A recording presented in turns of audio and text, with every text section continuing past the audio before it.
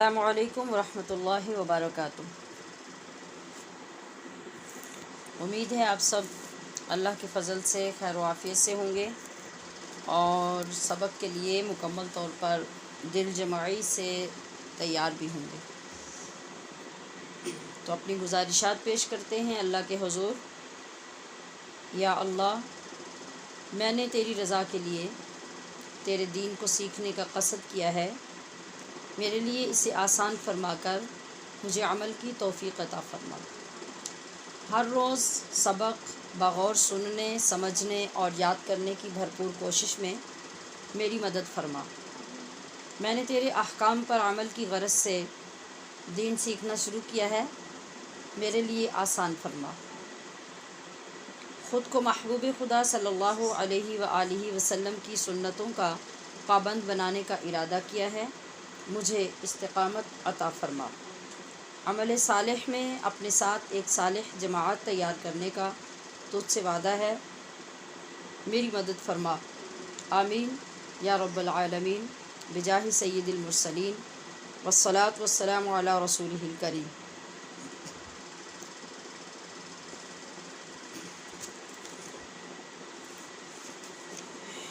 جی، آج الحمدللہ ہم سورہ نور کا اگلا چوتھا رکوع شروع کرنے جا رہے ہیں اور اس میں ایک نئی تربیت، ایک نیا موضوع ہمارا شروع ہو رہا ہے۔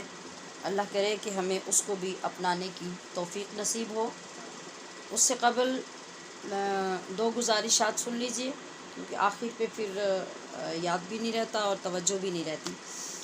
ایک تو یہ ہے کہ آپ کل رات تک ہمیں سب لوگ آیت الکرسی ریکارڈ کر کے بھیجیے،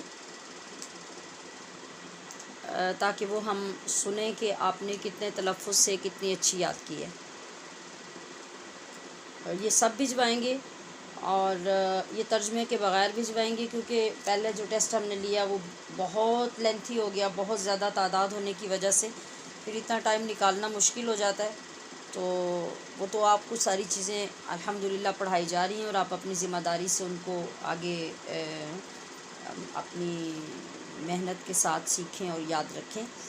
تو تلفظ جو زیادہ سب سے زیادہ اہم ضرورت ہے اس کی طرف ہم زیادہ توجہ دیتے ہیں ابھی۔ آپ ایک تو وہ ہمیں ریکارڈ کر کے بھیجیں، اور اس کے بعد کل ہمارا تعمیل دین ترغیب نماز کورس بچوں کا الحمدللہ اختتام پذیر ہو رہا ہے، 21 دن والا۔ تو اس کے اختتام پر ہم چند بچوں سے تھوڑی سی محفل کے ذریعے ان بچوں کو اپریشیٹ کر رہے ہیں، مبارکباد دے رہے ہیں۔ تو اس کو بھی سماعت کیجئے، وہ بھی انشاءاللہ یوٹیوب پہ ہی آپ کو ملے گا، جس طرح سے پہلے روز اسباق ملتے ہیں۔ اور ان بچوں کو بھی اپریشیٹ کیجئے جنہوں نے آپ کے ساتھ، آپ کے گھروں میں بھی کئی بچے موجود ہیں جو یہ کورس کر رہے ہیں، اور جو باقی بچے بھی ہیں ان کو بھی ضرور سنیں۔ اور اس کے علاوہ آپ کی جو آیت الکرسی آپ بھیجیں گے ہمیں ریکارڈ کر کے، تو اس کے ساتھ آپ اس کویسچن کا جواب ساتھ دیں گے کہ جو 5 چیزیں آپ ہر روز اللہ تعالیٰ کی بارگاہ میں پیش کرتے ہیں اپنی مدد کے لیے، اس میں سے سب سے زیادہ کس نمبر پر آپ عمل کرنے میں کامیاب ہوئی ہیں۔ اس کا مختصر سا جواب دیجیے گا، تمہید نہیں باندھنی، بہت لمبا نہیں کرنا، بس ٹو دا پوائنٹ جواب دیجیے کہ اس نمبر پر میں نے کامیابی حاصل کی اور میری یہ کامیابی ہے، بس۔ جزاکم اللہ خیر۔ سبق شروع کرتے ہیں۔ اعوذ باللہ من الشیطان الرجیم۔ اعوذ باللہ من الشیطان الرجیم۔ بسم اللہ الرحمن الرحیم۔ بسم اللہ الرحمن الرحیم۔ یا ایہا الذین، یا ایہا الذین، یا ایہا الذین، یا أيها الذين یا ایہا الذین يا أيها الذين آمنوا آمنوا آمنوا آمنوا آمنوا آمنوا لا تدخلوا لا تدخلوا دال پہ آپ نے خیال رکھنا ہے کہ ایک قلقلہ کرنا ہے، لا تدخلوا نہیں پڑھنا، لا تدخلوا خاپور پڑھنا ہے، اور لام کی آواز کو واو کی وجہ سے لمبا کرنا ہے، لا تدخلوا نہیں پڑھنا، لا تدخلوا لا تدخلوا لا تدخلوا لا تدخلوا بیوتن بيوتا بیوتن بيوتا آپ غور کیجئے کہ میں نے بیوتن کیوں نہیں پڑھا، بیوتن کیوں پڑھا ہے؟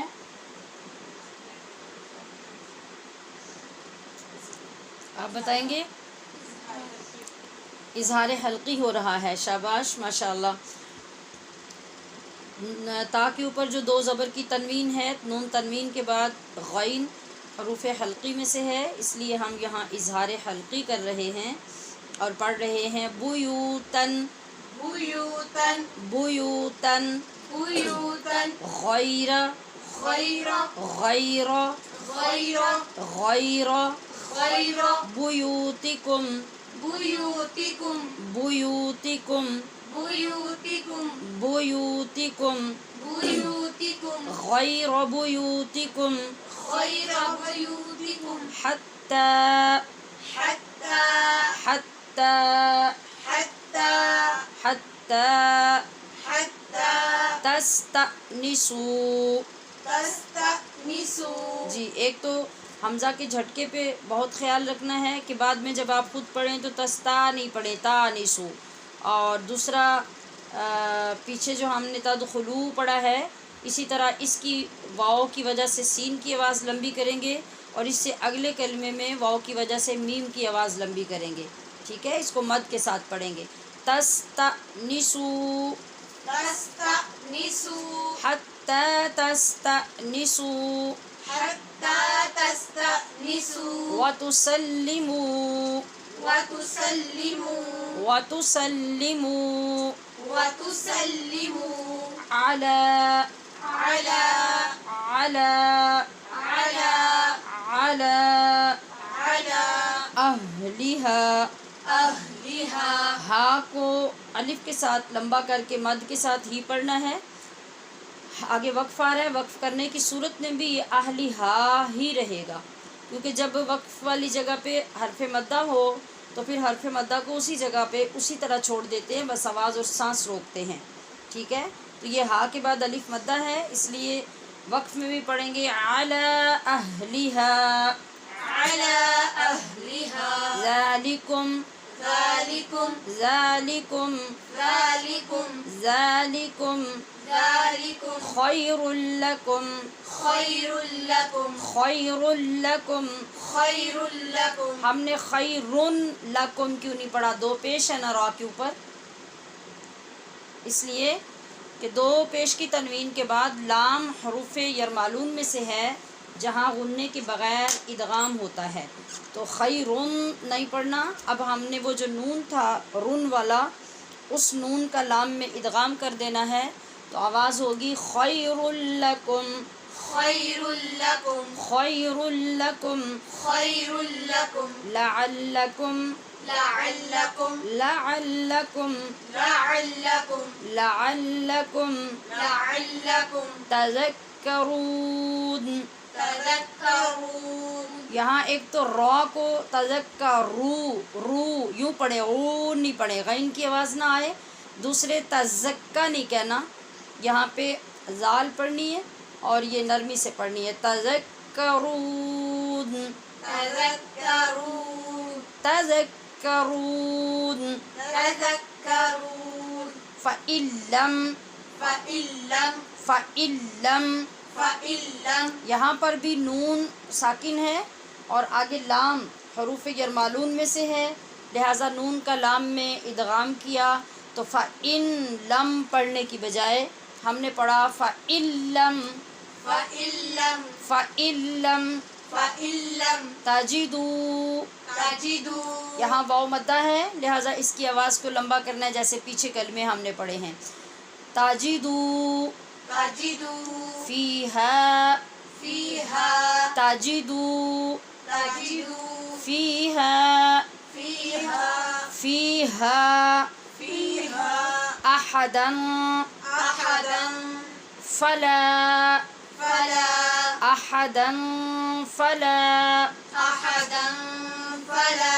یہاں دن کی جو تنوین ہے، نون تنوین، اس پہ ہم کیا قاعدہ پڑھ رہے ہیں؟ یہ اخفا ہے غنّے کے ساتھ، کیونکہ فا ان حروف میں سے ہے جو یرمالون میں بھی نہیں، حروف حلقی میں بھی نہیں، یہ با بھی نہیں، الف بھی نہیں، تو باقی جتنے حروف ہیں وہ کون سے ہیں بھلا؟ حروف اخفا. تو یہاں اخفا ہوگا احدا فلا أحدا فلا تدخلوها، تدخلوها تدخلوها تدخلوها فلا تدخلوها فلا تدخلوها حتى حتى حتى حتى حتى حتى يؤذن يؤذن يؤذن يؤذن يؤذن يؤذن لكم لكم لكم لكم يؤذن لكم يؤذن لكم وإن قيل وإن قيل وإن قيل وإن قيل قيل نہیں قی وإن قيل وإن قيل لكم لكم لكم لكم ارجعوا. ارجعوا. میں نے یہ جان بوجھ کے توڑ کر پڑھا ہے، ایک تو کلمہ چھوٹا ہو، دوسرا آپ کو الگ سے پڑھنے کا طریقہ بھی آئے. یہ جب ملائیں گے ہم تو پڑھیں گے لَكُمْ مُرْجِعُوا، اور اگر اس کو الگ کریں گے تو اس کو لَكُمْ الگ پڑھیں گے اور ارجعوا الگ پڑھیں گے. ٹھیک ہے؟ لَكُمْ لكم ارجعوا. ارجعوا. یہاں پر بھی اور اس سے آگے والے فرجعوا پر بھی ہم نے آواز عین کی لمبی کرنی ہے، مد کرنی ہے یہاں واو کی وجہ سے. لَكُمْ ارجعوا لكم ارجعوا. لَكُمْ ارجعوا لكم ارجعوا. فارجعوا فارجعوا. فارجعوا فارجعوا. فارجعوا فارجعوا. هو هو هو هو أزكى أزكى. هو أزكى هو أزكى. هو أزكى هو أزكى.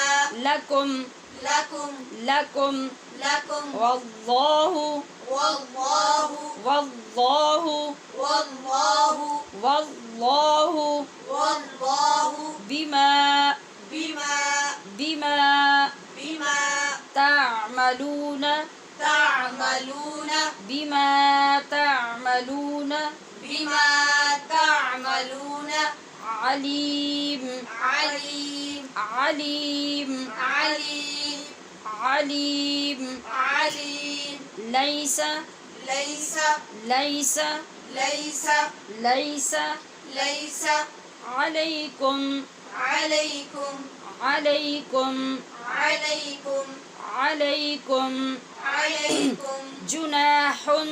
جناح. یہاں ہم نے جناح کیوں نہیں پڑھا؟ یہاں پر بھی وہ پہلے والا قاعدہ ہے کہ نون تنوین کے بعد حمزہ حروف حلقی میں سے ہے، لہذا اظہار حلقی ہوگا. جناح جناح. جناح جناح. ان تدخلوا. أن تدخلوا.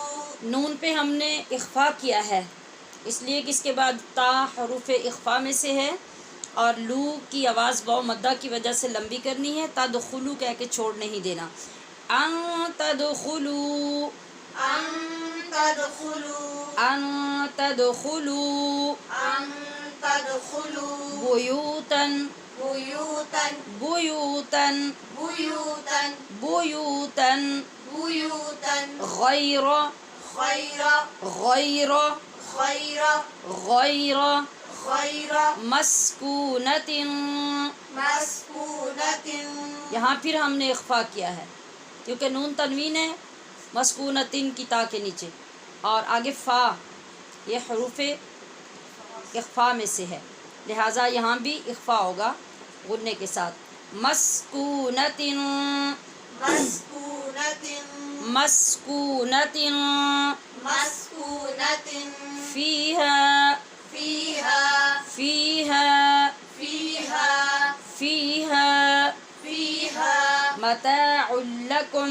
متاع لكم. یہاں آپ نے دیکھا متاعن کے اوپر تنوین ہے مگر آگے لام حروف یرمالون میں سے ہے، اس لیے ہم نے اس کا غنہ کیا اور عین کی آواز بالکل ختم ہو گئی کہ بلا یہ ادغام کیا بلا غنہ، اس لیے آواز ہوگی متاع لکم متاع لكم. متاع لکم. متاع لكم. واللہ والله واللہ والله واللہ والله یعلم.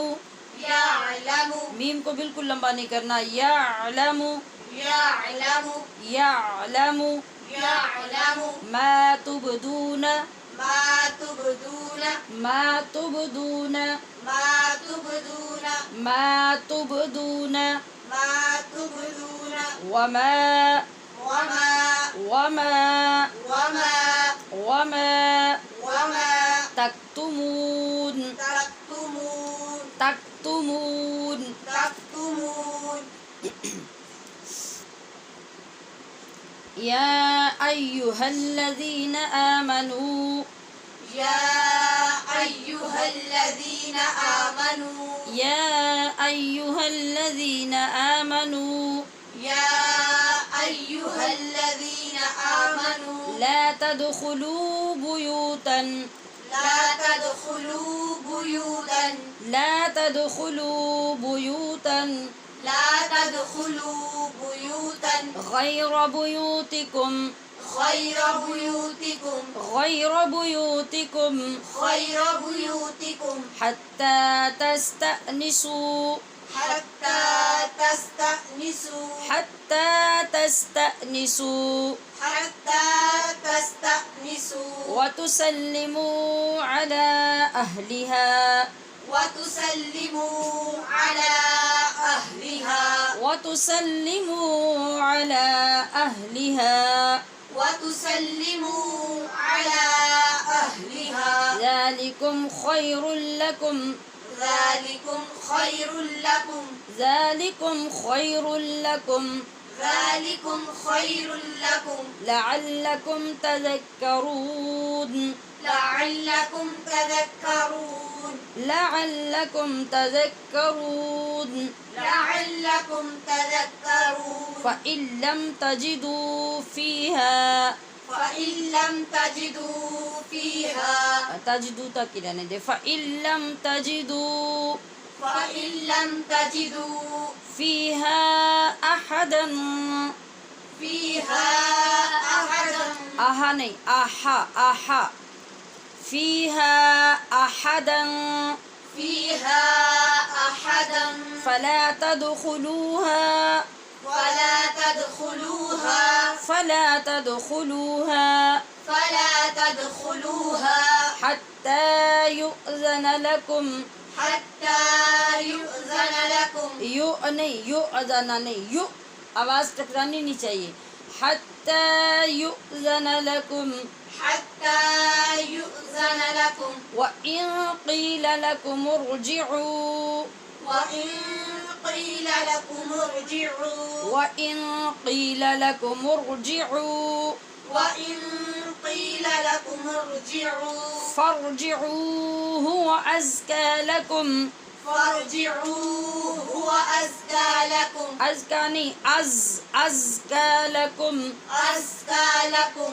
فارجعوا هو أزكى لكم. فارجعوا هو أزكى لكم. والله بما تعملون عليم. والله بما تعملون عليم. والله بما تعملون عليم. والله بما تعملون عليم ليس عليكم جناح ليس عليكم جناح ليس عليكم جناح ليس عليكم جناح أن تدخلوا بيوتا أن تدخلوا بيوتا أن تدخلوا بيوتا أن تدخلوا بيوتا غير مسكونة غير مسكونة غير مسكونة غير مسكونة فيها متاع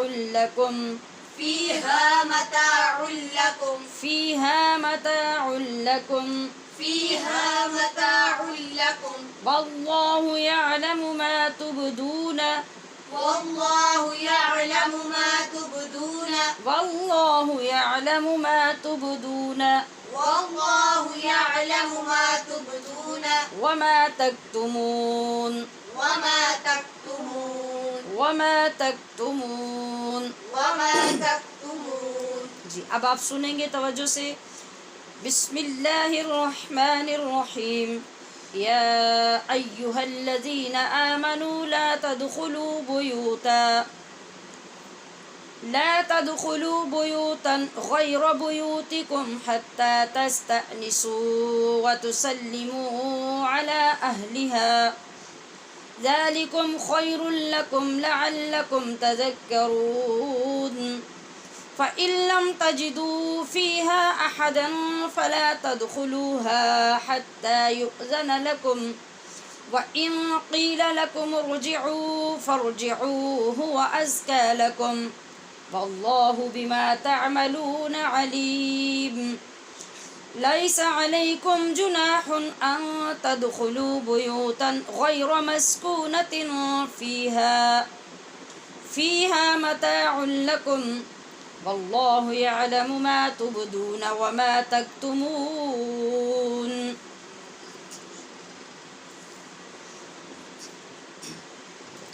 جی آپ ترجمے کی طرف توجہ کیجیے. یا ایھا الذین آمنو، یہ تو اتنا وہ لفظ ہوا اور یہ کلمات ہوئے جو ہم بار بار پڑھتے ہیں. لا کا مطلب نہ، تدخلو داخل ہو تم، یہ شاید آپ پہلی بار پڑھ رہے ہوں. تدخلو یہ داخل ہونے سے لفظ ہے. لا تدخلو نہ داخل ہو تم. بیوتن یہ بیت کی جمع ہے، جیسے بیت اللہ، بیتی، بیت رسول اللہ، اللہ کے رسول کا گھر، اللہ کا گھر، میرا گھر. یہ بیت کی جمع ہے بیوت.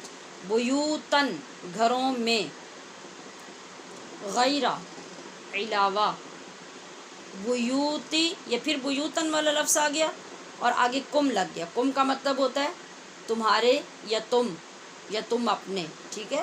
تو بیوت گھر کی جمع یعنی زیادہ گھر. تو معنی کیا بنا؟ علاوہ اپنے گھروں کے، حتیٰ یہاں تک کہ، تستأنسو اجازت لے لو، یہاں تک کہ اجازت لے لو، وتسلموا اور سلام کر لو، علی اہلہا ان گھروں میں رہنے والوں پر، ان گھروں میں رہنے والوں پر. ذالکم یہ حکم، خیرن بہتر ہے، لکم تمہارے لیے، لعلکم تاکہ تم، تذکرون نصیحت حاصل کر لو.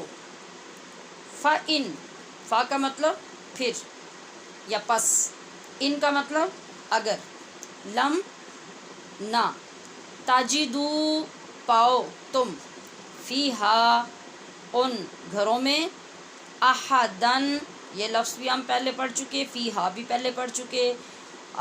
احدن کا مطلب کسی ایک کو، فلا تو نہ، تدخلوہا تم ان میں داخل ہو، پھر حتیٰ یہاں تک کہ، یؤذنا اجازت دی جائے یا اجازت دے دی جائے، لکم تمہیں، وَإِن اور اگر، قیلا، قالا کا مطلب ہوتا ہے اس نے کہا، قیلا کا مطلب ہوتا ہے کہا گیا یا کہا جائے۔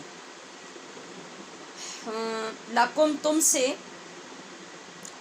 ارجعو اور فرجعو یہ دونوں ایک ہی لفظ ہیں، صرف پہلے والے پہ فا داخل نہیں ہے، بعد والے میں فا داخل ہے۔ ارجعو کا مطلب ہے لوٹ جاؤ، فرجعو کا مطلب ہے تو تم لوٹ جاؤ، صرف یہ تو کا فرق آئے گا۔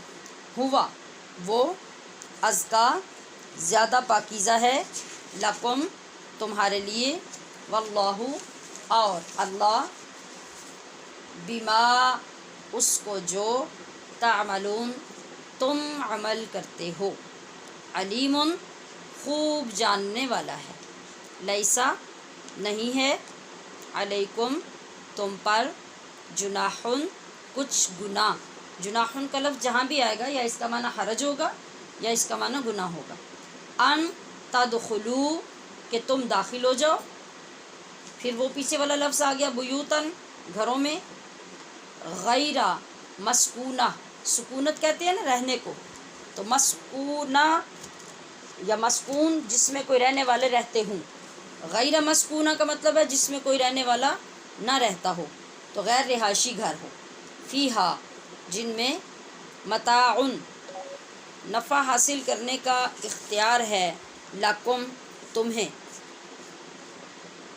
واللہ اور اللہ، یعلم جانتا ہے، ما تبدون جو تم ظاہر کرتے ہو، وما اور جو تکتمون تم چھپاتے ہو۔ جی یہ ہو گیا آج کا ہمارا سبق۔ اب آتے ہیں اس کی تفسیر کی طرف کہ اللہ کریم اس میں ہمیں کیا سکھانا چاہ رہا ہے اور اس نے کیا حکم دیا ہے۔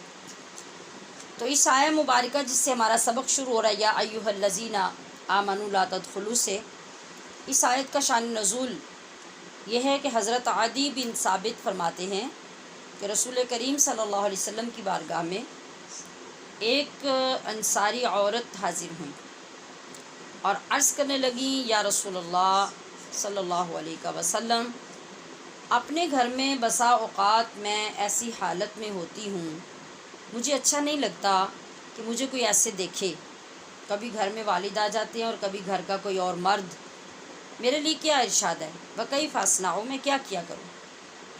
تب یہ آیت کریمہ اور اس کے بعد والی اگلی دو آیتیں یہ اکٹھی نازل ہوئیں، ان کو آیات استیزان کہتے ہیں، آیات استیزان جن میں اذن طلب کرنے کا طریقہ بتایا گیا ہے۔ ان میں اسلامی طرز معاشرت کے کچھ اہم قاعدے سکھائے جا رہے ہیں،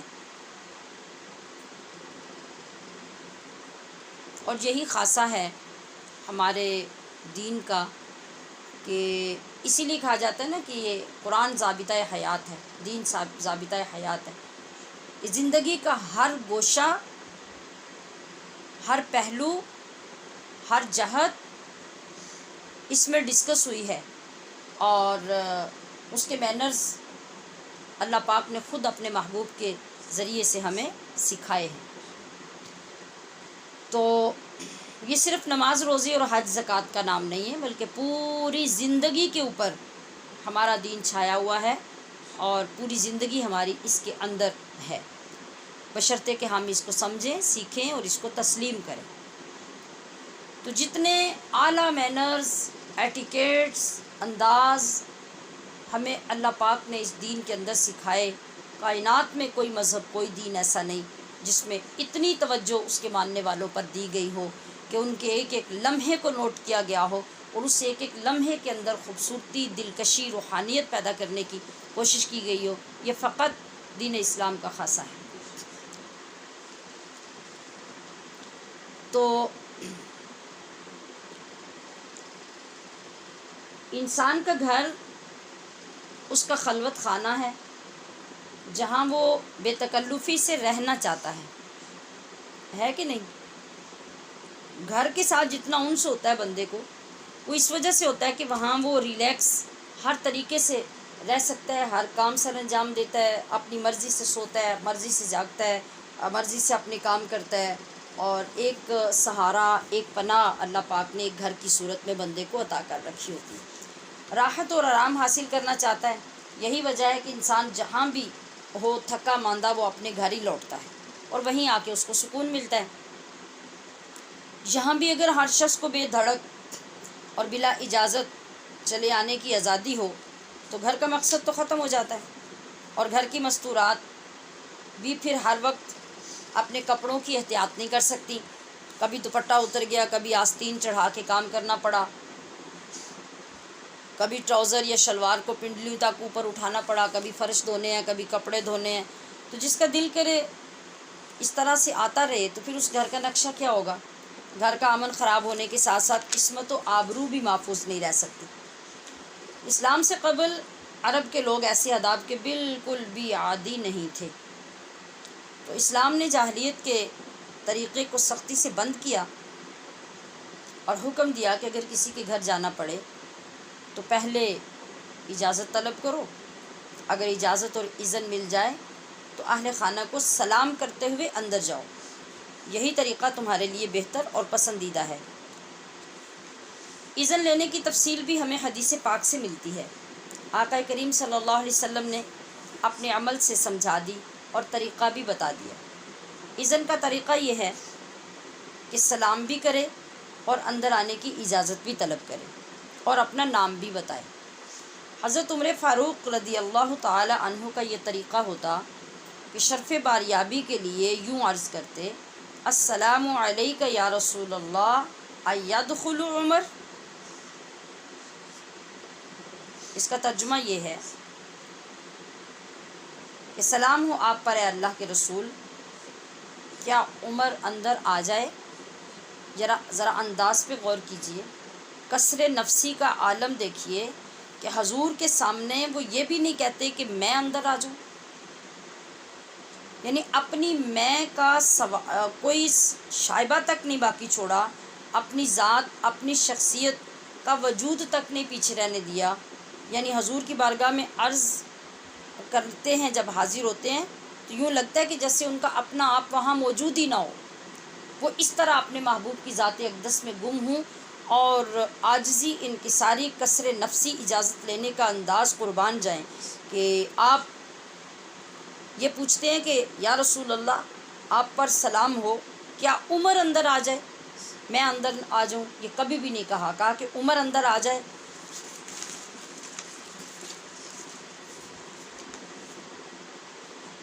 ایک شخص دروازہ مصطفیٰ پہ آتا ہے اور کہنے لگا کہ ادخلو، کیا میں اندر آ جاؤں؟ تو اس وقت رسول اللہ صلی اللہ علیہ وسلم کی بارگاہ میں ایک باندی جس کا نام روضہ تھا، روضتن، وہ حاضر تھی، تو آپ نے اسے فرمایا کہ روضہ جاؤ اس شخص کو اذن طلب کرنے کا طریقہ سکھاؤ۔ اسے یوں کہنا چاہیے کہ السلام علیکم ادخل۔ اس نے صرف یہ کہا کہ ادخل، کیا میں اندر آ جاؤں؟ تو رسول اللہ صلی اللہ علیہ وسلم اس کو سکھا کیسے رہے ہیں، ذرا اندازہ کیجئے کہ آپ اپنی باندی کو وہاں بھیج رہے ہیں اور اس کو بھی سکھا کے بھیج رہے ہیں کہ جاؤ اس کو ذرا اذن حاصل کرنے کا طریقہ سکھاؤ۔ اس کو یوں کہنا چاہیے کہ السلام علیکم ادخلو، پہلے وہ سلام کرے پھر پوچھے کہ میں اندر آ جاؤں۔ پھر یہ بھی سکھایا کہ اگر آپ کسی کے دروازے پہ جائیں اور اندر سے گھر والے آپ کے بارے میں پوچھیں، آپ کا نام پوچھیں،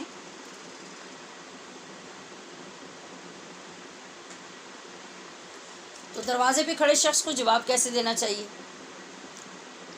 آپ دیکھ لیجئے، یہ باتیں تو ہمارے ماں باپ بھی ہمیں نہیں سکھاتے، جو ہمارا دین، ہمارے نبی رحمت اور رب کریم ہمیں سکھا رہے ہیں۔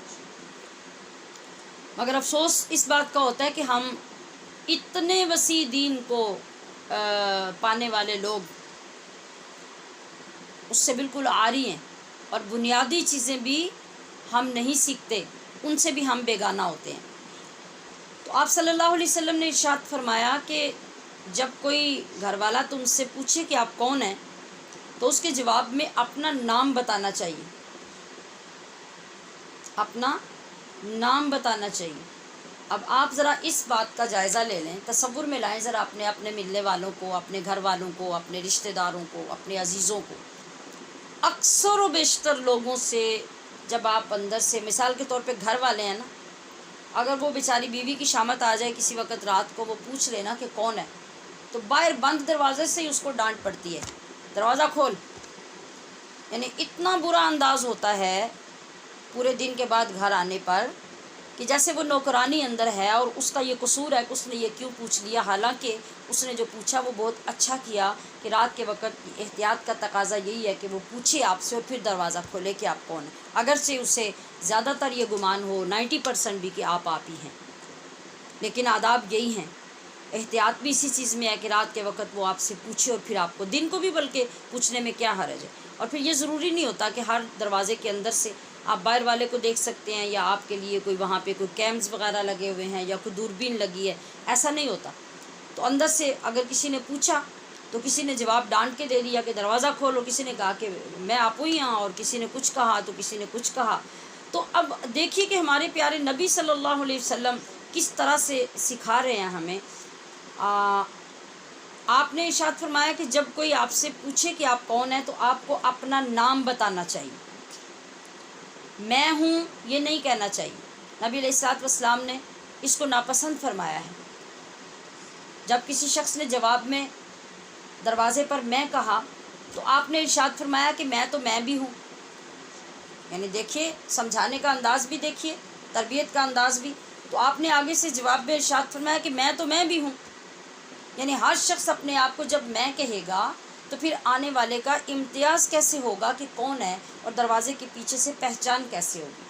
تو طریقہ کیا ہے کہ آپ اپنا نام بتائیں۔ اب ہوتا اصل میں یہ ہے کہ ہمارے جو مرد حضرات ہوتے ہیں، اگر کوئی بچہ پوچھے گھر سے یا اندر سے کوئی خاتون یا بیٹی یا بیوی، تو ان کو اس میں انسلٹ فیل ہوتی ہے کہ میں اپنا نام لے کے بولوں اور اپنا نام لے کے اس کو بتاؤں۔ پرابلم اصل میں یہ ہوتا ہے، جبکہ ہمارے نبی صلی اللہ علیہ وسلم یہ فرما رہے ہیں کہ آپ کو اپنا نام بتانا چاہیے۔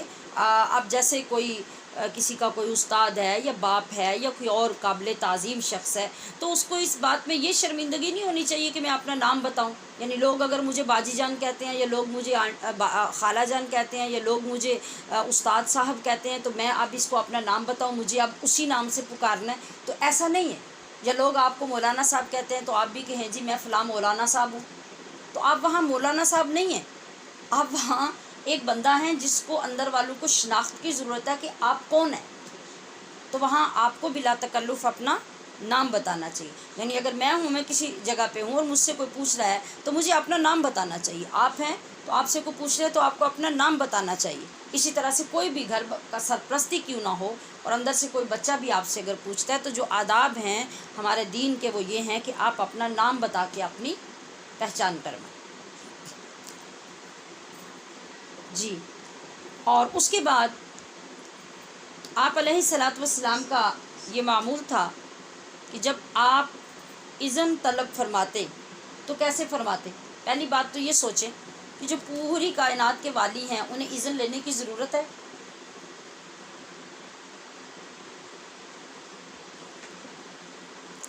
لیکن چونکہ آپ دنیا کو آداب سکھانے آئے ہیں، اس لیے آپ جو سکھاتے ہیں وہ کر کے دکھاتے ہیں۔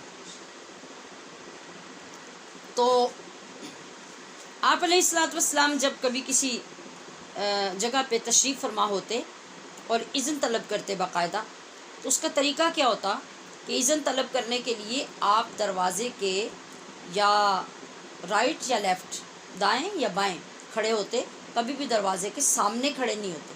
اور یہ آداب سکھائے مسلمانوں کو بھی کہ آپ جب بھی کسی کے گھر میں جائیں تو آپ انتظار کرنے کے لیے دروازے کے بالکل سامنے کھڑے نہیں ہوں، یا دائیں ہو جائیں یا بائیں ہو جائیں۔ اس کی وجہ کیا؟ اس کی وجہ وہ احتیاط ہے کہ جب صاحب خانہ باہر آئے، اور وہ کوئی خاتون بھی ہو سکتی ہیں اور کوئی مرد بھی ہو سکتا ہے، اگر وہ دروازہ کھولے گا تو میں بھی کہ گھر کے اندر جو خواتین ہیں ان میں سے کوئی سامنے بیٹھی ہو اور اس کی بے پردگی ہو، یا کوئی بھی گھر کے اندر ایسا سین ہو جو باہر والوں کو نظر نہیں آنا چاہیے، تو اس کے لیے تمہیں خود اپنی ذمہ داری کا یہ ثبوت دینا چاہیے کہ تم دروازہ بجا کے یا آواز دے کر دائیں یا بائیں کھڑے ہو جاؤ، تاکہ جو بندہ گھر سے باہر نکلے اس کو شرمندگی نہ ہو، اور جو گھر کے اندر ہے کسی پہ نظر نہ پڑے اور اس کو بھی شرمندگی نہ ہو۔ یعنی اتنی باریک چیزوں کا ہمارے دین نے ہماری عزتوں کا، ناموس کا، ہمارے وقار کا خیال رکھا۔ تو آقا دو عالم علیہ الصلاۃ والسلام خود بھی ایسا ہی فرماتے۔ اب جو اذن لینا ہے کسی کے دروازے پہ جا کر، جو آغاز کا وہ دور تھا نا، اس دور میں گھروں کے دروازے بھی نہیں ہوا کرتے تھے۔ ابھی ہم نے بہت عرصہ پہلے ابھی بھی جو بیکورڈ علاقے، جو دیہات، جو گاؤں، وہاں دیکھا، بچپن میں اپنے آنکھوں سے دیکھا کہ بہت سے علاقے ایسے ہیں جہاں پہ گھروں کے باہر صرف وہ جگہ خالی چھوڑی ہوتی، مگر جیسے حویلیوں کو لوگ بنا دیتے تھے۔ ابھی تو گیٹ لگنے شروع ہو گئے کہ کوئی چیزیں محفوظ ہی نہیں ہوتی، ورنہ جو دارے اور جو ہوتی تھی، حویلیاں ہوتی تھی یا جانوروں کے باندھنے کی جگہ ہوتی، وہاں پہ کوئی دروازے وغیرہ نہیں لگے ہوتے تھے۔ تو اسی طرح بہت پرانے عرصے میں بھی لوگوں کے گھروں کے آگے ویسے ہی جگہ بنی ہوتی اور لوگ باہر سے آواز دے کے اجازت لے لیا کرتے۔ اب تو پھر جب دروازے لگے تو دروازہ کھٹکھٹانا یعنی نوک کرنا، یہ بھی اجازت طلب کرنے کا ایک طریقہ ہوگا۔ اور پھر اس سے آگے آ کے اب ڈور بیلز لگ گئیں، تو جب ہم بیل بجاتے ہیں تو بیل بجانے کا مطلب بھی اذن لینا ہی ہوتا ہے، ٹھیک ہے۔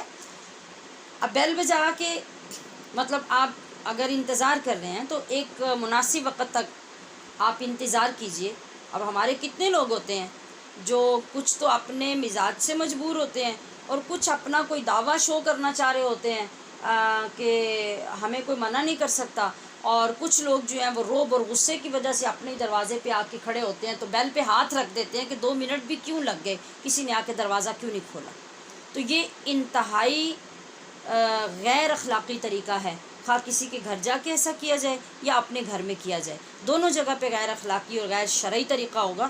جو بیل بجانے، نوک کرنے یا آواز دینے کا طریقہ ہمارے دین نے ہمیں سکھایا وہ یہ ہے کہ آواز دیں یا دروازہ بجائیں یا پھر بیل بجائیں، جو بھی آپ کے پاس سورس موجود ہے وہاں پہ، اس کے مطابق آپ ایک مرتبہ اس کا استعمال کریں، اور پھر ایک مناسب وقت تک آپ یہ فرض کریں کہ ایک بندہ کوئی 50-60 فٹ پیچھے صحن میں کہیں وہ کسی روم میں ہے، وہاں سے چل کے اس نے باہر آ کے دروازہ اگر کھولنا ہے تو اتنا ٹائم اس کو دیں۔ اگر اتنا ٹائم گزر گیا اور کوئی رسپانس نہیں آیا، پھر دوبارہ بیل بجائیں، پھر اتنا ویٹ کریں، پھر تیسری بار بیل بجائیں۔ اور اب بھی اگر کوئی آپ کو رسپانس نہیں دے رہا، رپلائی نہیں کر رہا یا آواز نہیں آ رہی، تو پھر آپ کیا کریں؟ پھر آپ واپس چلے جائیں۔ یہ شریعت ہمیں کہہ رہی ہے کہ آپ اس پہ پھر اصرار نہیں کریں اور سارا دن جو ہے وہ دروازہ پیٹنے پہ نہ لگا دیں۔ یا تو معقول طریقے سے کہیں سے آگے پیچھے سے پتہ کریں، اڑوس پڑوس سے، اگر آپ کو کوئی پریشانی لاحق ہے۔ ویسے آج کل تو وہ دور ہی نہیں ہے، آج کل تو ہم گھروں سے چلتے ہیں تو جہاں جانا ہوتا ہے وہاں اطلاع کر دیتے ہیں، اور سارا راستہ موبائلز پہ رابطے رہتے ہیں کہ کون آ رہا ہے، کب آ رہا ہے، کتنے بجے پہنچ رہا ہے، کہاں پہنچ گئے۔ اب تو خیر وہ زمانے نہیں ہیں، لیکن اگر کبھی آج بھی ایسی صورتحال پیش آ جائے تو شریعت ہمیں یہ طریقہ سکھا رہی ہے کہ آپ کو ایسے کرنا چاہیے۔ اگر خود اہل خانہ اندر سے معذرت کر لیتے ہیں کہ بھئی ابھی ہم نہیں مل سکتے، تو یا پھر یہ کہہ دیتے ہیں کہ آپ واپس چلے جائیں، دوبارہ آ جائیے گا، تو شریعت کیا کہتی ہے کہ ناراضگی کا اظہار کیے بغیر واپس چلے جانا چاہیے۔ گھر والے کو اتنا حق تو ہونا چاہیے، وہ اپنے گھر میں ہے، وہ اگر کسی وجہ سے مجبور ہے یا وہ یہ نہیں چاہتا کہ ایسی حالت میں کوئی ہمارے گھر میں اندر آئے، جو ان کی کسی گھر میں کوئی جھگڑا ہی ہوتا ہے، کوئی پرابلم ہی ہوتا ہے، کوئی سامان نکال کے بیٹھا ہوتا ہے، کوئی ایسی حالت میں ہوتا ہے کہ وہ دوسروں کے سامنے نہیں آنا چاہتا، تو اتنا حق تو اس کو ہونا چاہیے۔ اب ہمارا یہ نہیں ہونا چاہیے کہ ہم گلی میں یا تو شور مچا دیں اور یا پھر ساری زندگی پلٹ کے اس دروازے پہ ہی نہیں آئیں کہ ہماری انسلٹ ہوگی، اس نے ہمیں اندر نہیں آنے دیا، یا ہم گئے تو اس نے دروازہ نہیں کھولا۔ تو یہ انتہائی جہالت کی باتیں ہیں۔ اسلام نے صرف گھر میں داخل ہونے کی اذن پہ پابندی نہیں لگائی، بلکہ بغیر اجازت کسی کے گھر میں دیوار سے، دروازے سے اور چھت سے جھانکنے سے بھی منع فرمایا ہے۔ حتیٰ کہ آقا علیہ الصلوۃ والسلام نے یہاں تک فرمایا کہ جو دوسروں کے گھر میں بغیر اجازت جھانکے، گھر والوں کے لیے جائز ہے کہ وہ اس کی آنکھ پھوڑ دیں۔ اتنا سخت حکم ہے کسی کے گھر میں چوری جھانکنے کا خواہ وہ آپ چھت سے جھانک رہے ہوں یا کسی کی دیوار سے یا کسی سوراخ سے یا دروازے سے. یعنی پرائیویسی کا اتنا اہتمام اسلام نے کیا اور اتنا حق دیا کہ ہر ایک کو اپنی پرائیویسی کا حق ہے، اور جو کہ اس میں مداخلت کرتا ہے وہ اتنی سزا کا مستحق ہے کہ اگر آپ کو نظر آ گیا کہ کوئی ایسا کر رہا ہے تو آپ بے شک اس کی آنکھ پھوڑ دیں، شریعت آپ کے اوپر کوئی قدغن نہیں لگاتی. صحابہ کرام کا ذرا ادب ملاحظہ کیجئے کہ جب آقا علیہ الصلوۃ والسلام نے یہ سارے مینرز اور انداز اور طریقے سکھا دیے تو پھر ان لوگوں نے کتنی پابندی فرمائی اس پہ عمل کرنے کی، اور کتنا اہتمام کرتے رہے ہر جگہ پہ.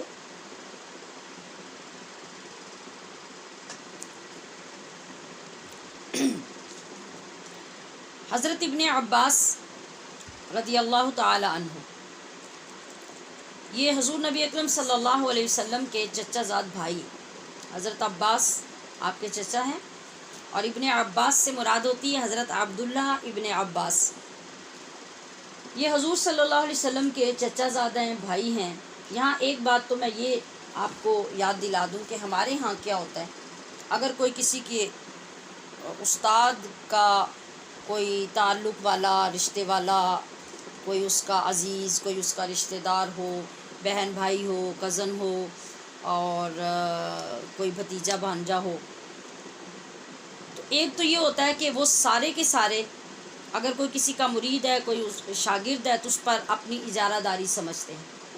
اور پھر وہ جو مطلب ہوتا ہے کسی استاد کا یا مرشد کا یا کسی اور قابل عزت ہمارے رشتے کا کوئی آگے رشتہ دار جو ہوتا ہے، تو وہ یعنی ہمیشہ وہ کیش کرواتا رہتا ہے ان کے نام کو کہ کوئی بندہ بھی میرے سامنے نہ آگے پیچھے ہو اور نہ میرے پروٹوکول میں کمی ہونی چاہیے.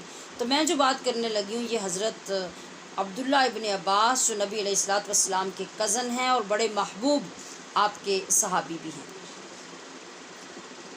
اب دیکھیے کہ ان سے زیادہ مضبوط ریفرنس اور نسبت کس کی ہوگی صحابہ اکرام میں، کہ حضور کے سگے چچا کے بیٹے ہیں اور بڑے محبوب صحابی بھی ہیں. تو جب یہ کسی انصاری صحابی کے پاس حضور صلی اللہ علیہ وسلم کی کوئی حدیث سننے کے لیے جاتے، یعنی کہیں دور دراز پتہ چلتا کہ فلاں صحابی کے پاس، چونکہ عبداللہ ابن عباس بہت چھوٹے تھے نا، اور جب بڑے ہوئے جو تو پتہ چلتا کہ فلاں صحابی کے پاس آقا علیہ الصلوۃ والسلام کی حدیث ہے، تو یہ وہاں پہنچ جاتے حدیث کو لینے کے لیے، حدیث کو نوٹ فرمانے کے لیے. تو جب کسی صحابی کو یہ پتہ چلتا، حالانکہ وہ عمر میں تو بڑے ہوتے، لیکن ان کا ادب اور ان کی پابندی دونوں کو ملاحظہ کیجئے کہ دین کے اندر ہر ایک کو دین نے وقار، عزت اور آنر دیا، لیکن ہر ایک کو دوسرے کی عزت کرنا بھی سکھایا. تو آپ جب کسی انصاری صحابی کے پاس حضور صلی اللہ علیہ وسلم کی حدیث سننے کے لیے جاتے اور پتہ چلتا کہ وہ صحابی آرام کر رہے ہیں، تو حضرت ابن عباس باہر دروازے کے قریب ہی بیٹھ جاتے. نہ تو کوئی اندر بیٹھک اور ڈرائنگ روم اور کوئی کمرہ کھلوانے کی بات کرتے، نہ بٹھانے کا تقاضا کرتے، نہ اپنا بتاتے، بلکہ جب آپ کو پتہ چل جاتا کسی طریقے سے کہ وہ آرام کر رہے ہیں اور وہ باہر نہیں آئیں گے، تو آپ گھر کے باہر ہی دروازے کے پاس نبی کے چچا کے بیٹے ہیں اور آپ دروازے کے باہر بیٹھ جاتے ہیں اور اس صحابی کے اٹھنے کا انتظار فرماتے ہیں. جب وہ اپنی مرضی سے، اپنے معمول سے وہ صحابی گھر سے باہر نکلتے اور ان کو دیکھتے تو وہ فرماتے کہ اے رسول اللہ کے چچا زاد، آپ نے ہمیں اپنی آمد کے بارے میں کیوں نہیں بتایا؟ تو ابن عباس فرماتے ہاکذا امرنا ان نطلب العلم، کہ ہمیں علم حاصل کرنے کا یہی طریقہ سکھایا گیا ہے. جب کسی کے پاس علم لینے جاؤ تو پھر یوں بن کے جاؤ کہ آپ کا پتہ چلے کہ آپ طلبگار ہیں، آپ شاگرد بن کے آئے ہیں، تو پھر آپ کو علم اور علم کی برکات حاصل ہوں گی اور وہ ادب نصیب ہوگا جو دین کی اصل ہے. یعنی اتنا خیال صحابہ کرام ایک دوسرے کا اور ان مینرز کا خیال رکھتے اور ان آداب کا خیال رکھتے جو آقا صلی اللہ علیہ وسلم نے سکھائے. اگلی آیت کریمہ میں کہا گیا کہ ان گھروں میں جانے میں کوئی حرج نہیں ہے جو غیر مسکونہ ہیں۔ غیر مسکونہ یعنی جن میں سکونت نہیں ہے، اس سے مراد ہے جو اڈوں پر، سٹاپ پر، بس سٹاپ پر انتظار گاہیں بنی ہوتی ہیں، سرائے بنے ہوتے ہیں، ہوٹل بنے ہوتے ہیں، مہمان خانے ہوتے ہیں۔ تو یہ آیت اس وقت نازل ہوئی کہ جب یہ ابھی آپ نے جو سارے احکام اوپر والے سنے ہیں نا، تو صحابہ کرام نے ان کو سن لیا، سیکھ لیا۔ پھر جب انہوں نے مکہ شریف اور مدینہ شریف میں سفر کیے تو راستے میں مہمان خانے آئے، مسافر خانے آئے، جہاں پہ یہ لوگ رکا کرتے تھے، مطلب سٹے کرتے کچھ ریلیکس کرنے کے لیے۔ تو جس وقت وہ مسافر خانے اور یہ انتظار گاہیں آئیں تو ان صحابہ نے واپس آ کے حضور علیہ السلام کی بارگاہ میں عرض کیا کہ یا رسول اللہ، جب ہم مکہ اور مدینہ میں آتے جاتے ہیں تو راستے میں جو مسافر خانے اور انتظار گاہیں آتی ہیں ان کا کیا حکم ہے؟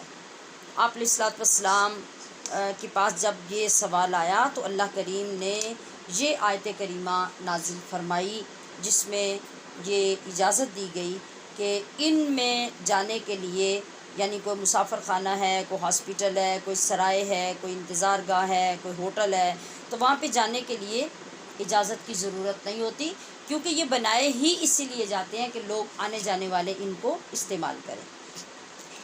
آخر پر فرمایا کہ واللہ یعلم، اور تمہیں اجازت دے دی اگر کوئی ایسی جگہوں پر بھی برائی، چوری یا بدنیتی اور عورتوں کی تانگ جھانک کے لیے جائے تو وہ یاد رکھے کہ اللہ تعالیٰ تمہارے ظاہری ارادوں اور تمہاری چھپی نیتوں کو جانتا ہے۔ یعنی تم اگر اس آڑ میں وہاں جا کے بیٹھ جاؤ، اور یہ تو ہر دور میں ایسا ہوتا ہے نا، آج کل بھی تو ایسا ہوتا ہے۔ آپ بازاروں میں جائیں، خواتین یا لڑکیاں خاص طور پہ جب عیدیں وغیرہ آتی ہیں تو وہاں پہ شاپنگ کے لیے آپ جاتے ہیں تو آپ دیکھتے ہیں کہ جتنے لوگ شاپنگ کرنے آئے ہوتے ہیں اتنے نوجوان لڑکے گروپ کے گروپ بازاروں میں صرف اس لیے پھر رہے ہوتے ہیں کہ وہ عورتوں کو دیکھیں، لڑکیوں کو دیکھیں، فکرے کسیں، خرابی کریں۔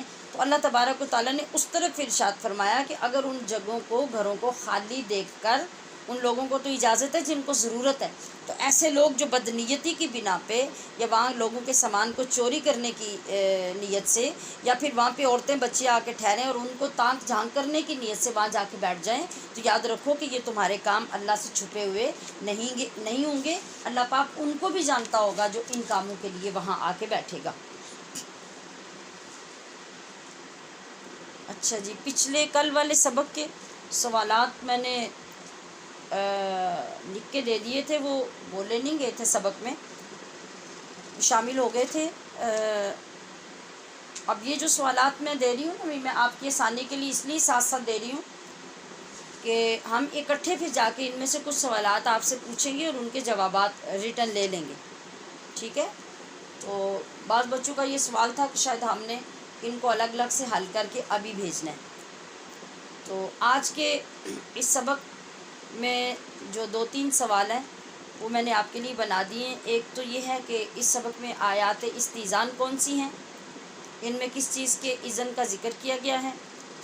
دوسرا یہ کہ دروازہ بجانے کے آداب کیا ہیں، نیز اگر دروازہ نہ کھلے تو کیا کریں۔ اور تیسرا یہ کہ مسافر خانے اور دیگر پبلک پلیسز میں جانے کا کیا حکم ہے۔ ان کے جوابات آپ اس میں سے نکالیے، ان کو ذہن نشین کیجیے۔ ذہن نشین ایسے ہی کرنے ہیں کہ یہ ہماری ضرورت ہے اور یہ آپ کو خود سے اپنے الفاظ میں بولنا بھی، بتانا بھی، سمجھنا بھی آتا ہو۔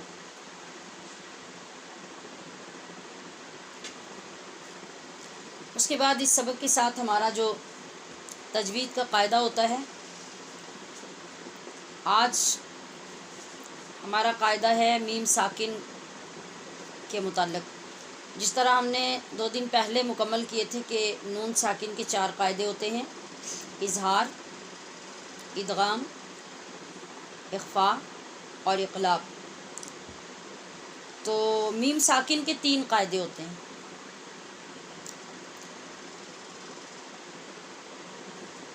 تجوید کے جو جتنے قاعدے ہیں نا، ان سب کا محور و مرکز جو ہے وہ نون اور میم کے قاعدے ہیں۔ سب سے زیادہ جو چیز ہے نون اور میم کے قاعدے، باقی چیزیں جزوی ہیں، لیکن یہ سب سے زیادہ استعمال ہونے والی چیزیں ہیں۔ تو میم کے 3 قاعدے ہیں، ان کا نام ہے اظہار شفوی، ادغام شفوی، اخفاء شفوی۔ شفوی اس لیے کہ جو میم ہے یہ ہونٹوں سے ادا ہونے والا حرف ہے، تو چونکہ اظہار، ادغام، اخفاء نون کے قاعدوں میں بھی آتا ہے، لہٰذا ان کے ساتھ یہ لفظ لگا کے تو دونوں میں امتیاز کر دیا گیا کہ پتہ چلے کہ یہ اظہار میم کا ہے یا نون کا۔ تو میم چونکہ ہونٹوں سے ادا ہونے والا حرف ہے، تو ہونٹوں کو عربی میں کہتے ہیں شفتین، شفت، شفت شین فا تا، اور یا نون شفتین، دو ہون، شفت ایک ہون اور شفتین دو ہون، تو دونوں ہونٹوں سے جو حرف ادا ہوتے ہیں انہیں کہتے ہیں حروف شفوی، حروف شفویہ بھی کہا جاتا ہے۔ اب چونکہ میم حروف شفوی ہے، شفوی میں سے ہے، حرف شفوی ہے، ہونٹوں سے ادا ہوتا ہے، اس لیے اس کے جتنے قاعدے آئیں گے ان کے ساتھ شفوی لگا دیا جائے گا تاکہ نون کے قاعدوں سے امتیاز حاصل ہو جائے۔ تو یہ ہوگا اظہار شفوی، نون کا ہوگا اظہار حلقی۔ ادھر ادغام ہوگا ادغام شفوی، اور نون کے قاعدوں میں ادغام ہوگا ادغام حقیقی، ادغام حقیقی، اور میم کے قاعدوں میں ادغام شفوی، اور وہاں پہ اخفاء شفوی ہوگا اور وہاں پہ اخفاء حقیقی ہوگا۔ یہ میں ادغام کی پہلے بات کر رہی تھی۔ ادغام شفوی ہوگا اور وہاں پہ جو ادغام ہے وہ ادغام یرملون ہوتا ہے، جو دو حصوں میں ہوتا ہے، ایک ادغام وہ باغنہ اور ایک بے غنہ، اور یہ ادغام شفوی ہوگا اور وہاں اخفاء حقیقی اور ادھر اخفاء شفوی۔ یہ 3 قاعدے اور ادھر 4 قاعدے، ٹھیک ہے۔ اب اظہار ہم دیکھتے ہیں کہ ادغام شفوی کہاں ہوتا ہے؟ جب میم ساکن کے بعد میم آئے، جب میم ساکن کے بعد میم آئے تو وہاں پہ ادغام شفوی ہوتا ہے۔ اخفاء شفوی کہاں ہوتا ہے؟ جب میم ساکن کے بعد با آئے، جیسے وما ہم بمؤمنین، تو یہ کیا ہے؟ یہ اخفاء شفوی ہے۔ اب رہ گیا اظہار شفوی، یہ بہت آسان ہو جائے گا۔ ادغام ہوتا ہے میم کا میم میں، ایک حرف نکل گیا، اخفاء ہوتا ہے میم کا با میں، 2 حرف نکل گئے، اور ایک حرف الف نکال دیں جو کہ بیچ میں نہیں آتا، وہ پہلے بھی ہم نے نکالا تھا۔ یہ 3 حرف 29 حروف میں سے نکال کر باقی 26 حروف میں سے کوئی بھی حرف جب میم ساکن کے بعد آئے گا تو وہاں پر اظہار ہوگا اور اس کا نام ہوگا اظہار شفوی۔ آسان ہو گیا جی۔ اب میم ساکن کے 3 قاعدے دہرا لیجئے۔ اظہار شفوی بولیے، ادغام شفوی اور اخفاء شفوی۔ اس کو شفوی اس لیے کہتے ہیں کہ میم شفتین سے ادا ہوتا ہے جی۔ تو یہ آپ کا سبق ہوگا۔ اب ہم کئی مرتبہ اس سے پہلے میم کو پڑھ چکے ہیں کہ یہاں میم پہ اظہار کرنا ہے، یہاں پہ اخفاء کی طرح پڑھنا ہے، لیکن قاعدوں کے نام چونکہ وہ نون کی طرح پہلے یاد نہیں تھے، اب آج سے ہم ان کے قاعدوں کا نام لے کر پڑھیں گے انشاءاللہ العزیز۔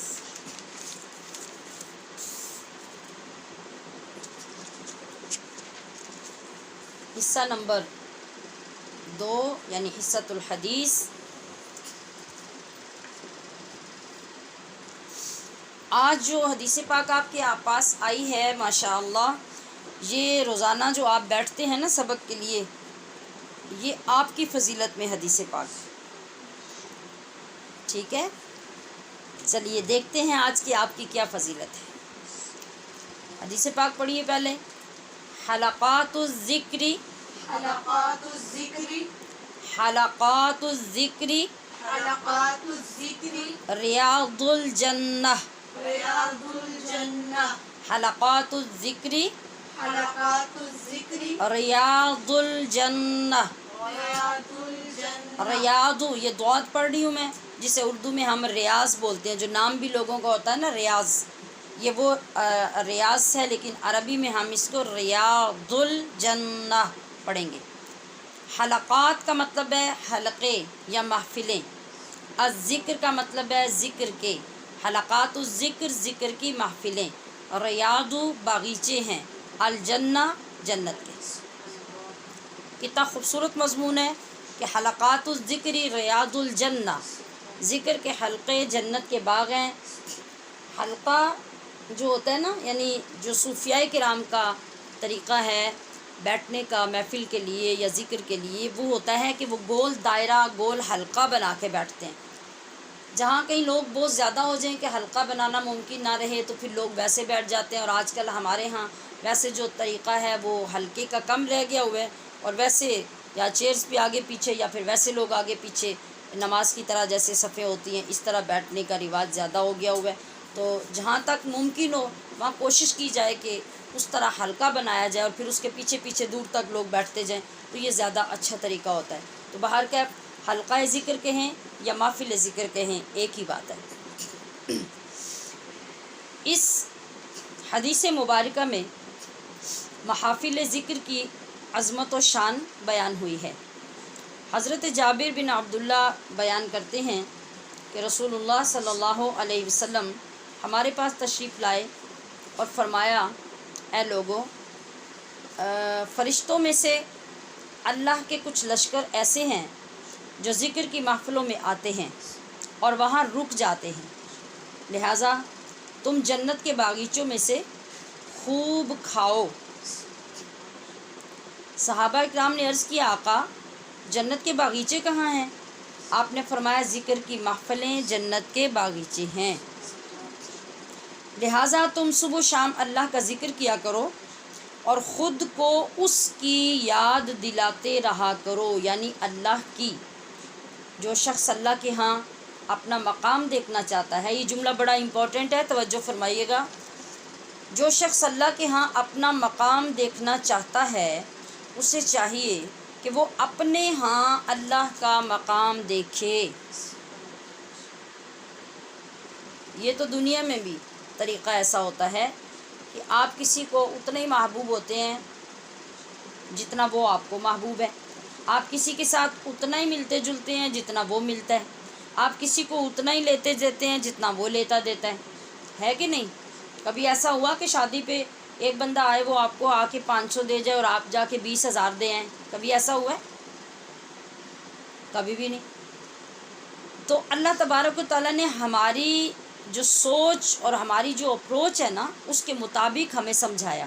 اللہ کے نبی فرما رہے ہیں، اگر تمہیں ضرورت ہے نا کہ آپ معلوم کرو کہ بھئی اللہ کے ہاں میرا کیا مقام ہوگا، دوزخ ملے گی کہ جنت ملے گی، کہ اللہ راضی ہوگا کہ نہیں ہوگا، وہ کہاں مجھے مقام دے گا، وہ خوش ہوگا کہ نہیں ہوگا، یہ ساری چیزیں اگر آپ دیکھنا چاہتے ہیں تو پھر اللہ کے رسول فرما رہے ہیں کہ آپ اپنے اندر دیکھو کہ آپ کے اندر اللہ کا مقام کیا ہے۔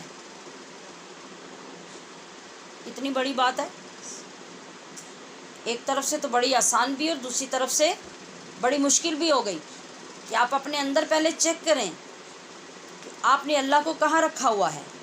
کہاں رکھنے کا مطلب کہ اللہ کا مقام آپ کے ہاں کیا ہے، آپ اللہ کی کتنی مانتے ہیں، کتنی مسترد کرتے ہیں، آپ اللہ کو کتنا مانتے ہیں اور اللہ کی کتنی مانتے ہیں، ٹھیک ہے؟ آپ اپنی مرضی کتنی کرتے ہیں اور آپ اللہ کے دین کا مذاق کتنا اڑاتے ہیں، آپ رسم و رواج کے آگے مجبور کتنے ہوتے ہیں یا سنت مصطفیٰ پہ فخر کتنا کرتے ہیں۔ سمجھ آ رہی ہے؟ ان ساری چیزوں کو دیکھ لیجئے تو آپ کو پتہ چل جائے گا کہ اللہ کس مقام پہ آپ کے پاس ہے، تو بس یہ آپ کا فیصلہ ہو گیا۔ جس مقام پہ اللہ آپ کے پاس ہے وہی مقام اللہ کے پاس آپ کا ہے۔ تو آپ دیکھ لیجئے کہ آپ کو اللہ کے ہاں جو مقام چاہیے آپ اللہ کو وہ مقام دے دیجئے۔ جی سمجھ آ گئی؟ تو اسی طرح کی ایک حدیث پاک حضرت انس سے بھی مروی ہے۔ حضرت انس فرماتے ہیں کہ رسول اللہ صلی اللہ علیہ وسلم نے فرمایا، جب تم جنت کے باغیچوں سے گزرو تو خوب کھایا کرو۔ انہوں نے عرض کی، جنت کے باغیچے کون سے ہیں؟ آپ نے فرمایا، ذکر کے حلقے یعنی ذکر کی محفلیں۔ ذکر کیا ہے؟ سب سے پہلے اس بات کو سمجھنا ہوگا کہ ذکر کیا ہے۔ اس کی بے شمار تشریحات و توضیحات ہیں۔ ذکر کا معنی ہے یاد کرنا، تو اللہ کو یاد کرنے کے جتنے بھی طریقے ہوں گے وہ سب ذکر ہے، ٹھیک ہے؟ حتیٰ کہ اللہ کریم نے فرمایا اے حبیب ورفعنا لک ذکرک، تو دریافت کی ہے مولا میرے ذکر کی بلندی کی کیا صورت ہے؟ ارشاد فرمایا اذا ذکرت ذکرت معی، کہ میں نے تیرے ذکر کو اپنا ذکر بنا دیا، لہٰذا جو میرا ذکر ہوگا وہ تیرا ہوگا اور جو تیرا ذکر ہوگا وہ میرا ہوگا، یہ تیرے ذکر کی بلندی ہے۔ اچھا، اب ذکر کا معنی میں نے عرض کیا کہ یاد کرنا ہے، تو ہم جس وقت اور جس انداز سے اللہ اور اس کے حبیب کو یاد کریں گے وہ ذکر ہی ہوگا، اور اس ذکر میں بیٹھنے والا جنت کے باغ میں بیٹھا ہوگا۔ اس کے کئی مطلب ہو سکتے ہیں۔ یہ بھی مطلب ہو سکتا ہے کہ محفل ذکر میں بیٹھنے والے کو اجر و ثواب میں جنت کے باغ عطا کیے جائیں گے، اور یہ بھی مطلب ہو سکتا ہے کہ جس جگہ ذکر خداوندی ہوتا ہے اس جگہ کی عظمت اتنی بڑھ جاتی ہے گویا وہ جنت کا باغ ہو۔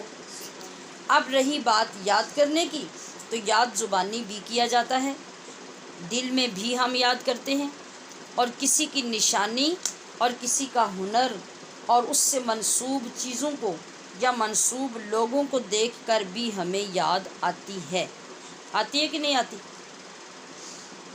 یہ ساری چیزیں ہوتی ہیں نا، آپ کسی کو یاد کرتے ہیں کسی سے بات کر کے، اور کسی کو آپ دل میں یاد کر رہے ہوتے ہیں اور کسی کو بھی پتہ نہیں ہوتا کہ آپ یاد کر رہے ہیں، تھوڑی دیر کے بعد وہ بندہ آپ کے سامنے آتا ہے تو آپ کھل اٹھتے ہیں کہ میں تو آج آپ کو بہت یاد کر رہی تھی۔ اور کہاں یاد کر رہے تھے آپ کو دل میں کوئی نہ کوئی خیال آیا تھا اس بندے کے متعلق، آپ کا دل چاہا ملنے کو یا بات کرنے کو، یا آپ کو اس کی کوئی بات یاد آئی، تو اب وہ بندہ جب آ گیا تو آپ کو بے انتہا خوشی ہوئی اور آپ نے اظہار کر دیا، تو وہ بھی ایک یاد تھی جو آپ دل میں کر رہے تھے۔ اور جب کبھی کسی کا بیٹا، کسی کی بیٹی، کسی کا پوتا، کسی کی پوتی نظر آ جائے اور آپ کو اس کے بڑے سے پیار تھا، محبت تھی، دوستی تھی، تو وہ یاد آ جائے، آپ کو پتہ چلے کہ یہ تو میری دوست کی پوتی ہے یا میری دوست کی بیٹی ہے، تو آپ کو بے انتہا خوشی ہوتی ہے اور آپ کو اس کو دیکھ کر وہ یاد آ جاتی ہے۔ کبھی کوئی اتنا ہم شکل ہوتا ہے بچہ اور باپ یا ماں اور بیٹی کہ ان کو دیکھ کے ماں یاد آ جاتی ہے، اور یہ مختلف طریقے ہیں کسی کے یاد آنے کے، تو یاد آنا ہی ذکر ہے، ٹھیک ہے؟ اچھا، تو ہمارے پاس اللہ کو یاد کرنے کے لیے بہت کچھ ہے، زبان سے یاد کریں، دل سے یاد کریں، ساری کائنات اس کی یاد ہے، بے شمار طریقے ہوں گے۔ اب آپ جو رب کا دین سیکھ رہے ہیں، اس کا قرآن سیکھ رہے ہیں، احکام پر درستگی سے عمل کی تربیت لے رہے ہیں، یہ سب بھی اللہ کا ذکر ہے۔ اور اس وقت جہاں جہاں پہ آپ جمع ہو کر بیٹھے ہیں اور یہ اسباق سن رہے ہیں، پڑھ رہے ہیں، وہ سب کیا ہیں؟ وہ ذکر کے حلقے اور جنت کے بولیے باغ ہیں۔ یعنی آپ نے جہاں جہاں پہ سبق پڑھنے کا اہتمام کیے، آپ نے ان جگہوں کو جنت کا باغ بنا لیا ہے، تو وہاں سب خوب کھانے کا وہاں سے کیا مطلب ہے؟ مطلب یہ ہے کہ اپنے روح کی غذا حاصل کرو، اور وہ کیسے؟ وہ ہے ذکر سے دلی لگاؤ پیدا کرو، اور اگر کچھ بیان ہو رہا ہو تو اس کو عمل کے لیے یاد کر لو، محفوظ کر لو، اور ایسے علم کے لیے جمع ہونا جو ہمارے لیے فرض ہے، جیسا کہ ہم سب جمع ہیں، اور یہ جو ہم نماز کا اور نماز کی ادائیگی کا، قرآن کی تلاوت کا اور ان تمام مسائل کا جو علم حاصل کر رہے ہیں، یہ علم ہم سب کے لیے فرض عین ہے، اور فرض عین والا علم حاصل کرنا یہ سارے ذکروں سے افضل ہے، اور جتنا وقت اس کے حاصل کرنے کے لیے آپ بیٹھتے ہیں، آپ سارے اتنا وقت جنت کے باغ میں بیٹھے ہوتے ہیں۔ اس لیے ضروری ہے کہ شوق، ادب اور محبت سے بیٹھا کیجیے، اور بیٹھنے کا حق بھی ادا کیجیے۔ حق کیا ہے؟ کہ ہر روز پڑھے ہوئے سبق کو یاد کرنا، محنت کرنا تاکہ غلطیاں درست ہو جائیں۔ اس ادب، محبت اور لگن سے بیٹھنے کا ایک یہ فائدہ بھی ہوتا ہے، جس کا ذکر حضرت انس کی ایک اور روایت سے ملتا ہے، وہ کیا کہ رسول خدا صلی اللہ علیہ وسلم نے فرمایا، جب لوگ اللہ کی خاطر اس کی رضا حاصل کرنے کی خاطر، ہم روزانہ اپنی نیتوں میں پڑھتے ہیں نا کہ یا اللہ ہم تیری رضا کے لیے تیرا دین سیکھنے بیٹھے ہیں، تو یہ نیتیں آپ کی خدمت میں پیش کرنے کا یہی مطلب تھا، جس کی اگلے جملے سے آپ کو سمجھ آئے گی کہ جب ہم اللہ کے لیے، اللہ کو راضی کرنے کے لیے اور اس کے حکم کے ادب کے لیے بیٹھتے ہیں نا، اکٹھے ہو کر اس کا دین سیکھنے سمجھنے اور اس کا ذکر کرتے ہیں، تو آسمان سے ایک منادی ندا کرتا ہے کہ کھڑے ہو جاؤ، تم سب کو بخش دیا گیا ہے اور تمہارے گناہ نیکیوں میں بدل دیے گئے ہیں۔ تو آپ دیکھ لیجئے کہ آپ کے ایک کوشش کی بنا پہ رب ذوالجلال کتنی جہتوں سے آپ کو فائدے پہنچا رہا ہے، اور اس کی رحمتیں کس طرح بے قرار ہیں آپ کے اوپر برسنے کے لیے۔ اللہ کرے کہ ہماری زندگی کا شغف ایسا بن جائے کہ جو زندگی ہماری رہ گئی وہ اس کے دین کو سیکھنے سکھانے میں گزر جائے، آمین۔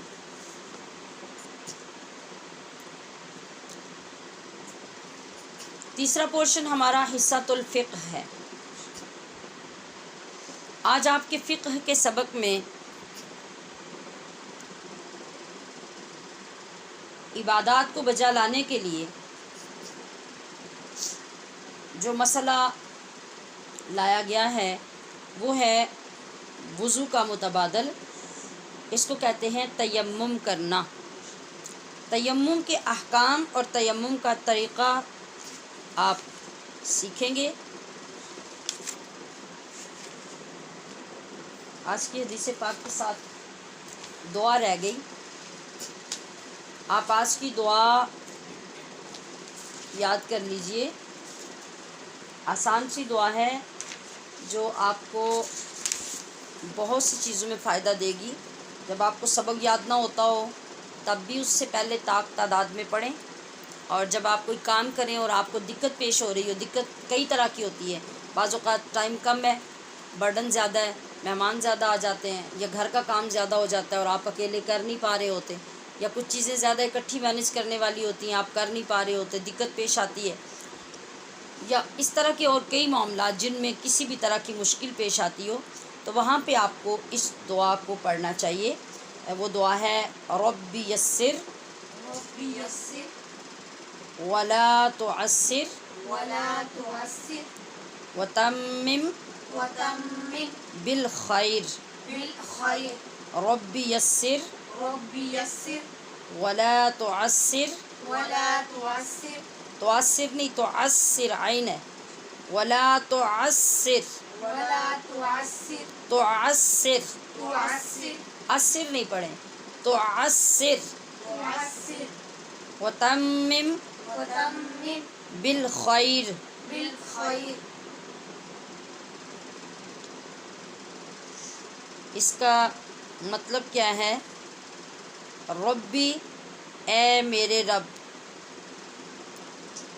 یسر، میرے لیے آسانی فرما، ولا تعسر، اور مشکل نہ فرما، وتمم، اور اس کام کو مکمل فرما، بالخیر، خیر کے ساتھ۔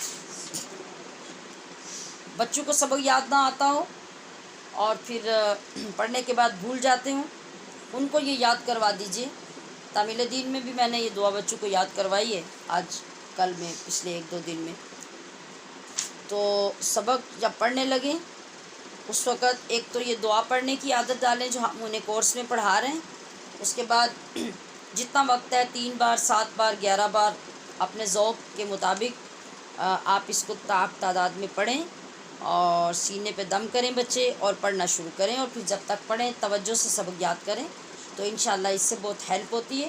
اور خواتین کا بھی میں نے بتا دیا کہ جب کوئی مشکل کام پیش آئے، اور انہیں بھی آج کل جیسے بعض خواتین جو عرصہ دراز کے بعد ہماری بہنیں جنہوں نے پڑھنا شروع کیا ہے، تو 1-2 چیزیں ہوتی ہیں۔ ایک تو یہ کہ جس وقت آپ یعنی گھرداری میں ہوتے ہیں اور پڑھنا پڑھانا چھوڑ دیتے ہیں، کچھ عرصے کے بعد جب آپ پڑھنا لگتے ہیں تو بہت مشکل پیش آتی ہے، دوسری بات یہ کہ جب آپ خود ٹیچنگ کرتے ہوں اور جب آپ کو کچھ پڑھنا پڑے اس طرح کہ آپ اس کو پڑھیں گے اور پڑھ کے پھر آپ نے اس کو یاد کرنا ہے، اس وقت بڑی مشکل پیش آتی ہے، کیونکہ اس وقت بندے کو پڑھنے اور یاد کرنے کی عادت بھول چکی ہوتی ہے، صرف پڑھانے کی عادت ہوتی ہے۔ تو ماشاءاللہ دونوں طرح کے لوگ ہمارے ساتھ اٹیچ ہیں، تو اس لیے میں آپ کی خدمت میں یہ پیش کر رہی ہوں کہ آپ اگر اس کو عادت بنا لیتے ہیں نا پڑھنے کی، بے شک چند دفعہ ہی پڑھیں، سٹارٹ میں جب پڑھنے بیٹھیں، کلاس لینے بیٹھیں، سب یاد کرنے بیٹھیں، اپنے نوٹس بنانے بیٹھیں، اس کو 2-3 دفعہ پڑھ لیا کریں، تو باقی گھر کے کام کاج میں بھی آپ یہ کریں تو انشاءاللہ آپ کو اس سے بڑی ہیلپ ہوگی۔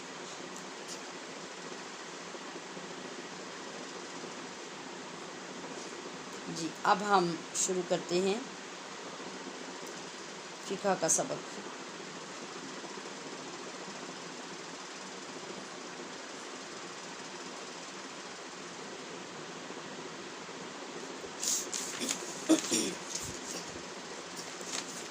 جی میں نے بتایا تھا کہ ہم تیمم کے احکام اور طریقہ پڑھیں گے۔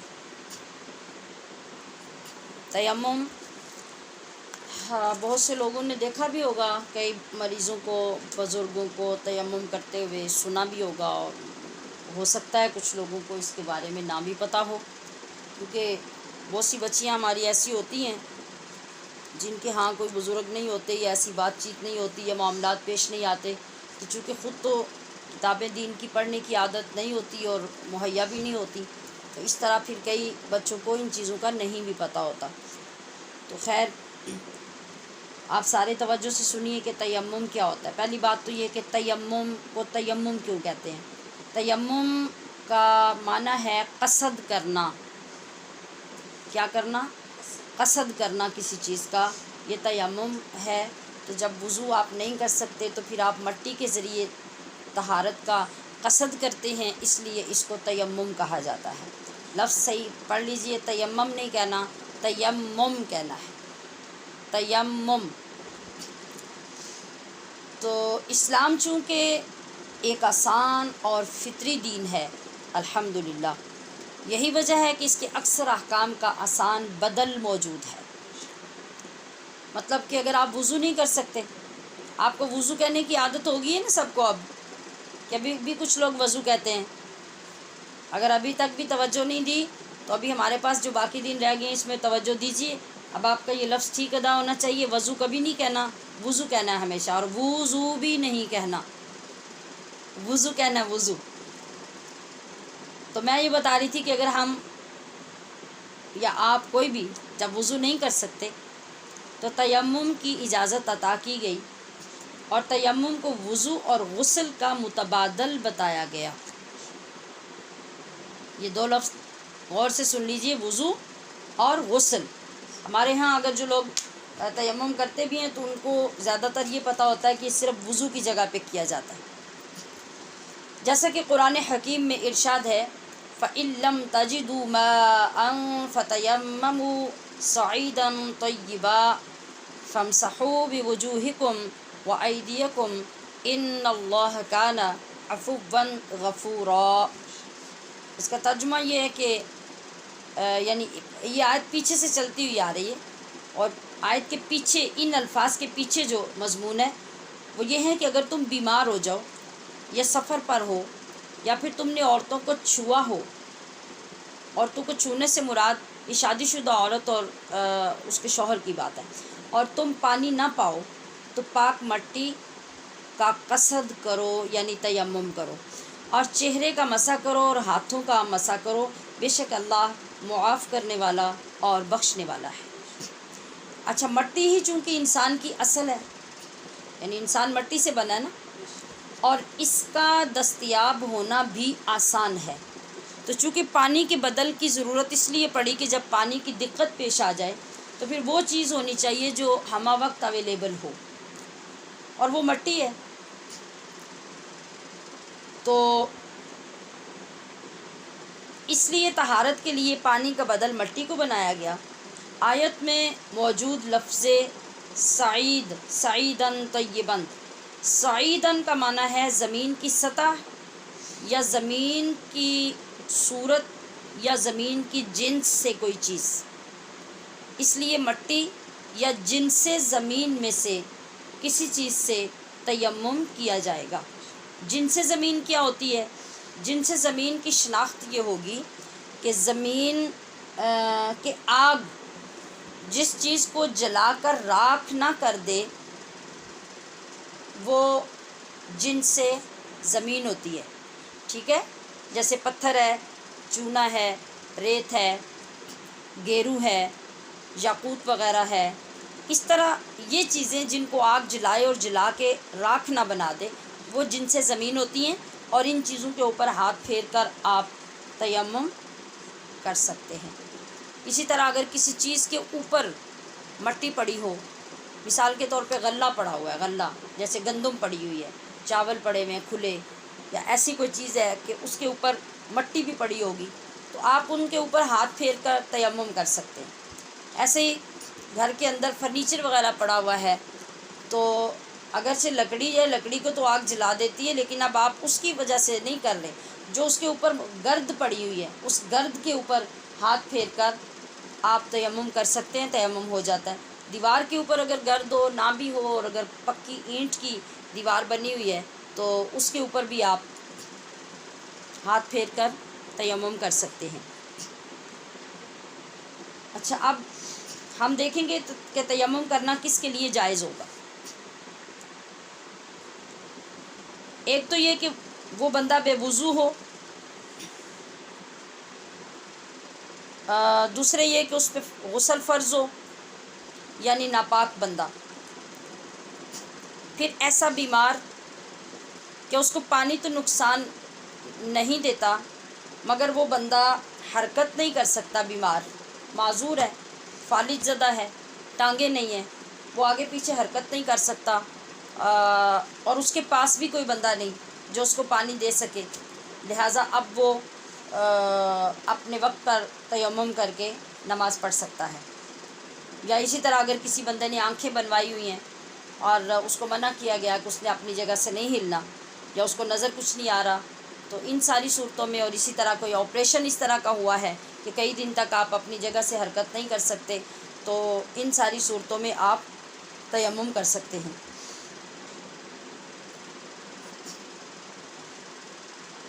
اور اسی طرح جو اعضاء وضو میں دھوئے جاتے ہیں ان میں سے زیادہ تر اعضاء پہ زخم ہو گئے ہیں، اور غسل کرتے وقت چونکہ سارا بدن دھویا جاتا ہے اور زیادہ تر اعضاء میں اتنے زخم ہو گئے ہیں کہ غسل نہیں کر سکتے یا وضو نہیں کر سکتے، تو اس صورت میں بھی آپ کے لیے تیمم کرنے کی اجازت ہو۔ اس کے علاوہ جس جگہ پہ آپ موجود ہیں اس کے چاروں طرف 1 میل تک پانی نہ ہو، اور یا نہ ہونے کا غالب گمان ہے، تو بغیر تلاش کیے آپ تیمم کر کے نماز پڑھیں۔ اگر پانی ہونے کا گمان ہے کہ مل جائے گا تو پھر بندہ پہلے تلاش کرے گا، اگر نہیں ملا تب تیمم کرے گا، ورنہ اس کی نماز نہیں ہوگی۔ اگر پانی ہے مگر پانی لینے میں، مطلب لینے والی اگر عورت ہو فرض کریں، تو اگر وہ پانی لیتی ہے تو پانی لینے میں اس کے مال کو یا اس کی آبرو کو خطرہ ہے، تو پھر اس کو پانی لینے کا قصد نہیں کرنا چاہیے، اس کو تیمم کر کے نماز پڑھ لینی چاہیے۔ اگر ایک قیدی قید میں ہے، قید خانے میں اس کو پانی مہیا نہیں کیا جاتا، اب اس کا بس وہاں نہیں چل سکتا، لہٰذا وہ تیمم کر سکتا ہے، تیمم کر کے نماز پڑھے۔ کسی جگہ پہ پانی ہے مگر وہ خریدنے سے ملتا ہے اور خریدنے کے لیے آپ کے پاس قیمت نہیں ہے، تو ایسی صورت میں تیمم جائز ہوگا۔ اسی طرح اگر ایسا سفر درپیش ہے جس میں بار بار پانی نہیں ملتا، آپ بڑی مشکل سے پانی حاصل کرتے ہیں اور وہ پانی آپ کے پینے کے کام آتا ہے، تو اس پانی سے اگر آپ وضو کر لیتے ہیں تو پینے کا پانی نہیں رہتا، اور پھر پیاس کو دور کرنے کا کوئی بندوبست نہیں ہے، لہٰذا اب پانی پاس ہونے کے باوجود بھی تیمم کر سکیں گے۔ تیمم چونکہ طہارت ضروریہ ہے، مطلب ضروریہ کیا ہے کہ جب پانی نہیں ہے اور آپ اس کے بدل کے ساتھ ایک مجبوری کے تحت، ضرورت کے تحت طہارت حاصل کر رہے ہیں، لہٰذا اب اس کو اس ڈیٹیل کے ساتھ نہیں کیا جائے گا۔ یہ وضو اور غسل دونوں کے قائم مقام ایک تیمم ہی ہوگا۔ ایسا نہیں ہوگا کہ وہ وضو کا تیمم اور ہو اور غسل کے تیمم کے لیے صابن کی طرح پورے جسم پہ آپ کو مٹی ملنی پڑے، یہ نہیں ہوگا، بلکہ جو تیمم وضو کے لیے وہی تیمم غسل کے لیے کافی ہوگا۔ اور یہ تیمم نبی کریم صلی اللہ علیہ وسلم کی امت کے ساتھ خاص ہے، پہلی امتوں کو یہ روا نہیں تھا۔ اب ہم نے دیکھنا ہے کہ تیمم کے درست ہونے کے لیے شرطیں کیا ہیں۔ پہلی بات یہ کہ جس نے تیمم سے فائدہ حاصل کرنا ہے وہ مسلمان ہو، دوسرا یہ کہ وہ بالغ ہو، تیسرا یہ کہ وہ عاقل ہو، چوتھا یہ کہ وہ بے وضو ہو یا پھر اس کو فرض غسل کی حاجت ہو۔ یہ شرطیں ہوں گی تو تیمم ہوگا۔ اب اس کے بعد یہ کہ تیمم کیے جانے والی چیزیں جو ہیں، مطلب مٹی ہے، چونا ہے یا گیرو ہے، یا کسی جگہ پہ آپ نے جو تیمم کرنا ہے جس جگہ پہ گرد پڑی ہے، وہ ان جگہوں تک پہنچنا یا ان پہ قادر ہونا ضروری ہے۔ اگر آپ ان پہ قادر نہیں ہیں، وہ یوز نہیں کر سکتے، تو پھر آپ کا تیمم کی شرط نہیں پائی جائے گی۔ جس نماز کے لیے آپ تیمم کرنا چاہیں اس نماز کا وقت اخیر ہونا، یعنی یہ مسئلہ ہے کہ جب آپ کو تیمم کے ساتھ نماز پڑھنی پڑے، آپ اول وقت میں تیمم سے نماز نہیں پڑھیں گے، درمیان وقت میں بھی نہیں پڑھیں گے، اینڈ تک آپ ویٹ کرتے رہیں گے کہ شاید پانی مل جائے، کوئی بندوبست ہو جائے، اور جب بالکل آخر وقت نماز کا ہو جائے تو تب آپ تیمم کر کے نماز پڑھیں گے۔ تو ان ساری شرطوں کا پایا جانا تیمم کے لیے ضروری ہوگا۔ اب اس کے بعد یہ کہ تیمم سے پہلے تیمم کرنے کی نیت کرنا فرض ہوگا۔ بغیر نیت کے مٹی ہاتھوں پہ ملنے سے تیمم نہیں ہوگا۔ پہلے آپ نیت کریں گے۔ اگر آپ نے نماز کے لیے تیمم کرنا ہے تو آپ یہ نیت کریں کہ میں یہ تیمم نماز کے لیے پاک ہونے کی غرض سے کر رہی ہوں۔ اگر آپ ناپاک ہیں اور آپ کے اوپر غسل فرض ہے تو آپ نیت کریں کہ میں اس ناپاکی سے پاک ہونے کے لیے غسل کی جگہ پہ تیمم کی نیت کر رہی ہوں، ٹھیک ہے؟ تو آپ پہلے نیت کریں گے، یہ فرض ہو۔ اب اس کے بعد جو تیمم کے اندر چیزیں لازم ہیں، یعنی جو تیمم کے ارکان ہیں، وہ 3 ہیں۔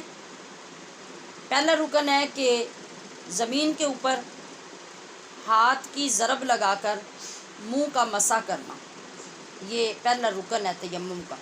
دوسرا رکن یہ ہے کہ دوسری ضرب لگا کر ہاتھوں پر کونی سمیت مسح کرنا۔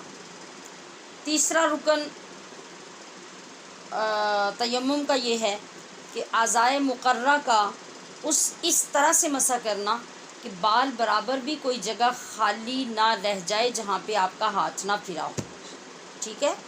تو امام ابو حنیفہ کے نزدیک تیمم کے لیے 2 ضربیں ہوں گی، یہ جو میں نے پہلے ذکر کیا کہ ایک ضرب لگا کے چہرے کے اوپر کریں گے مسح، اور دوسری ضرب جب لگائیں گے تو پھر دونوں ہاتھوں کے اوپر پھیریں گے ہاتھ، یعنی ان کا تیمم کریں گے۔ اچھا، اب جو تیمم کے لیے سنت کام ہے وہ کیا ہیں؟ بسم اللہ پڑھنا نیت کرنے کے بعد، یہ سنت ہے۔ ہاتھوں کو زمین پہ مار کر اپنی طرف کھینچنا، یہ سنت ہے۔ پھر ذرا سا پیچھے ہٹانا، یہ سنت ہے۔ ہاتھوں کو جھاڑنا، یعنی مٹی والی جگہ پہ مار کر کھینچ کر پھر ان کو جھاڑنا، اور یہ سنت ہے۔ اور جب آپ نے ضرب لگانی ہے مٹی کے اندر یا مٹی والی جگہ پر تو وہاں انگلیاں کشادہ رکھنا کھول کے، یہ سنت ہے۔ اور تیمم کرتے ہوئے ترتیب کا خیال رکھنا، یہ سنت ہے۔ اور جو آپ نے مسح کرنا ہے تیمم میں، مطلب جو ہاتھ پھیرنا ہے چہرے پر اور بازوں پر، یہ پے در پے کرنا، یعنی بیچ میں رک جانا اور پھر آدھا کرنا، یہ درست نہیں ہوگا۔ ٹھیک ہے. اب آپ نے یہ دیکھا کہ یہ چھوٹی سی بات ہے جو آپ نے بڑے لوگوں کو دیکھا کہ وہ ہاتھ پھیرتے ہیں مٹی پہ اور وہ چہرہ مل لیتے ہیں اور ہاتھ مل لیتے ہیں. آپ دیکھیں کہ اس تیمم کو کرنے کے لیے بھی ہمارے لیے کتنی چیزیں جاننا ضروری ہو گیا. تیمم کی شرطیں دیکھی آپ نے، پھر آپ نے اس کی نیت کو دیکھا، اس کے ارکان کو دیکھا، اس کی سنتوں کو دیکھا. پھر ابھی ہم نے یہ دیکھنا ہے کہ تیمم ٹوٹتا کیسے ہے. پھر اس سے پہلے ہم نے یہ دیکھا کہ تیمم کرنا جائز کب ہوتا ہے اور کس کے لیے ہوتا ہے. اب کتنی شرائط اور کتنے مسائل ہو گئے ایک تیمم کے. تو اگر ہم ان مسائل کو سیکھے بغیر تیمم کریں گے تو چونکہ یہ ایک اتنی اہم عبادت ہوگی وضو کی طرح، کہ وضو نہیں تو نماز نہیں، وضو نہیں تو تلاوت نہیں، وضو نہیں تو کوئی بھی کام جو فرض ہے آپ کے اوپر کرنے والا وہ ہو ہی نہیں سکتا.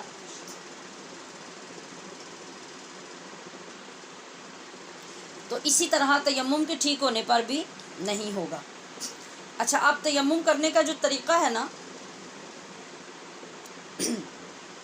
مجھے یاد پڑتا ہے کہ میں نے بھی کچھ بزرگ بیمار خواتین کو دیکھا تیمم کرتے ہوئے کہ انہوں نے وہ ایک ڈھیلا مٹی کا پاس رکھا ہوا، تو اس کے اوپر دونوں ہاتھ اسی طرح سے مل کے اور اس کو ہاتھ میں پکڑ کے تو اس کے بعد پھر وہ تیمم کرتے ہوئے میں نے دیکھا. مجھے کافی عرصہ ہو گیا، مجھے تھوڑا سا یہ یاد پڑتا ہے.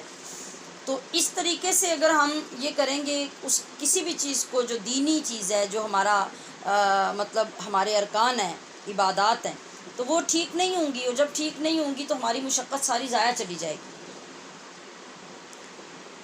اس کا طریقہ یہ ہوگا کہ آپ دونوں ہاتھوں کو، یعنی دونوں ہاتھوں کی ہتھیلیاں اور انگلیاں نیچے کی طرف رکھیں گے، ایسے ہی جیسے عام طور پہ آپ ہاتھ رکھتے ہیں کہ آپ کے ہاتھوں کی تلیاں اور انگلیوں کا پیٹ نیچے زمین کی طرف یا مٹی جدھر پڑی یا ادھر ہوگا اور ہاتھوں کی پشت اوپر ہوگی.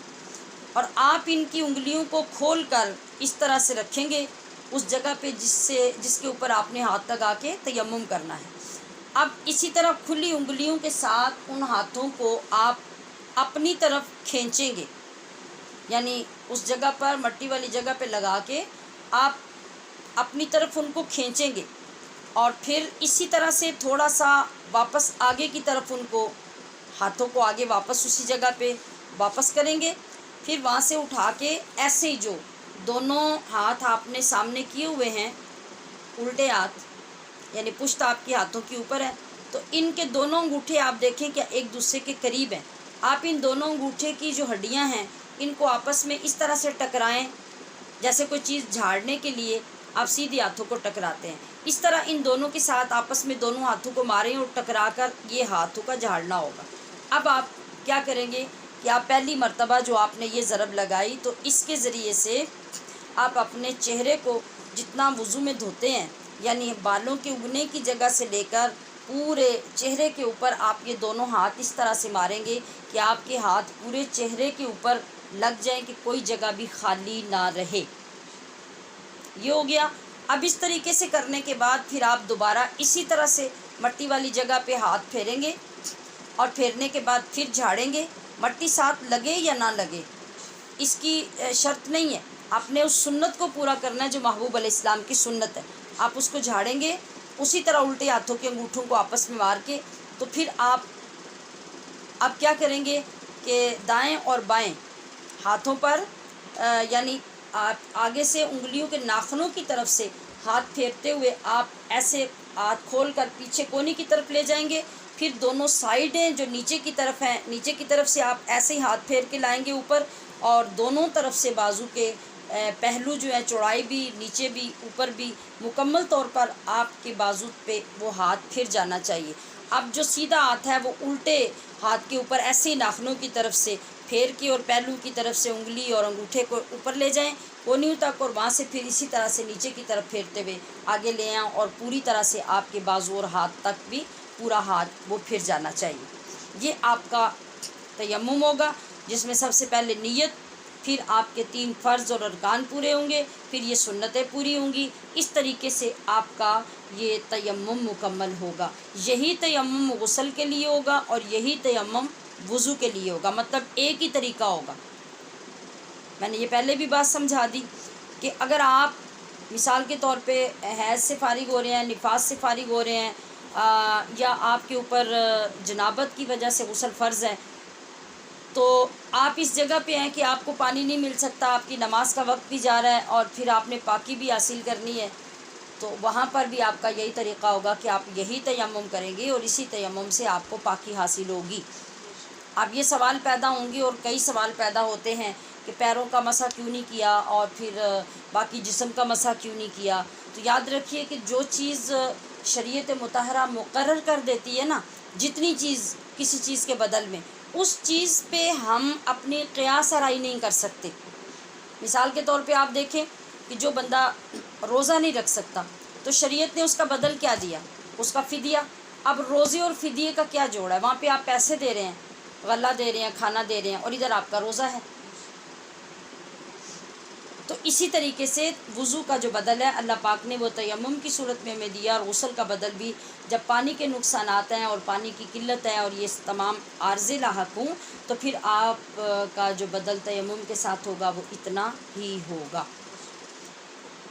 اب ہم یہ دیکھیں گے کہ جس طرح وضو ٹوٹ جاتا ہے اس طرح تیمم کیسے ٹوٹے گا۔ تو یاد رکھیے کہ جن عارضوں سے وضو ٹوٹتا ہے ان تمام عارضوں سے تیمم بھی ٹوٹ جائے گا، ٹھیک ہے۔ مثال کے طور پہ وامٹ آ گئی اور منہ بھر کے آئی تو وضو ٹوٹ گیا، خون نکل کے بہہ گیا تو وضو ٹوٹ گیا، ہوا خارج ہوئی تو وضو ٹوٹ گیا، پیشاب پخانے کی ضرورت محسوس ہوئی، حاجت ہوئی تو وضو ٹوٹ گیا۔ ان تمام چیزوں سے تیمم بھی ٹوٹ جائے گا۔ اس کے علاوہ ایک چیز جو الگ ہوگی تیمم ٹوٹنے کی وہ یہ ہوگی کہ جب آپ نے تیمم کیا ہوا تھا تو آپ کو پانی نظر آ گیا، اور پانی نظر آنے کا مطلب ایسا پانی کہ جو آپ حاصل کر سکتے تھے اور وہ آپ کی دسترس میں ہے جس سے آپ وضو کر سکتے ہیں، تو آپ فوراً آپ وضو کریں گے، آپ کا تیمم ٹوٹ گیا ہے اب۔ اور اگر آپ کو نماز کے دوران پانی کا پتہ چل گیا کہ کوئی پانی لے آیا ہے یا آپ کے پاس پانی آ گیا، آپ کو علم ہو گیا، تو آپ نماز توڑ دیں گے اور جو پانی آیا ہے اس سے وضو کریں گے۔ اگر اتنا پانی ہے اور آپ کی دسترس اس پانی تک ہو سکتی ہے تو پھر آپ نماز توڑ دیں گے اور وضو کر کے نماز پڑھیں گے۔ اسی طرح اگر آپ نے نماز مکمل کر لی، ابھی نماز کا وقت باقی تھا کہ آپ کو پانی مل گیا، اب آپ فوراً وضو کر کے اس نماز کو دوبارہ پڑھیں گے۔ اگر نماز کا وقت نکلنے کے بعد آپ کو پانی ملا، اب آپ کو نماز نہیں لوٹانی، اب اگلی نماز کے لیے آپ وضو کر سکتے ہیں۔ اللہ پاک ہمیں اپنے اس مقدس شریعت کے یہ تمام مسائل سمجھنے سیکھنے کی توفیق اور ہمت عطا فرمائے۔ سبحانک اللہم و بحمدک، اشہد ان لا الہ الا انت، استغفرک و اتوب الیک، وصلی اللہ تعالی علی حبیبہ محمد و آلہ و اصحابہ اجمعین برحمتک یا ارحم الراحمین۔ والسلام علیکم ورحمۃ اللہ وبرکاتہ۔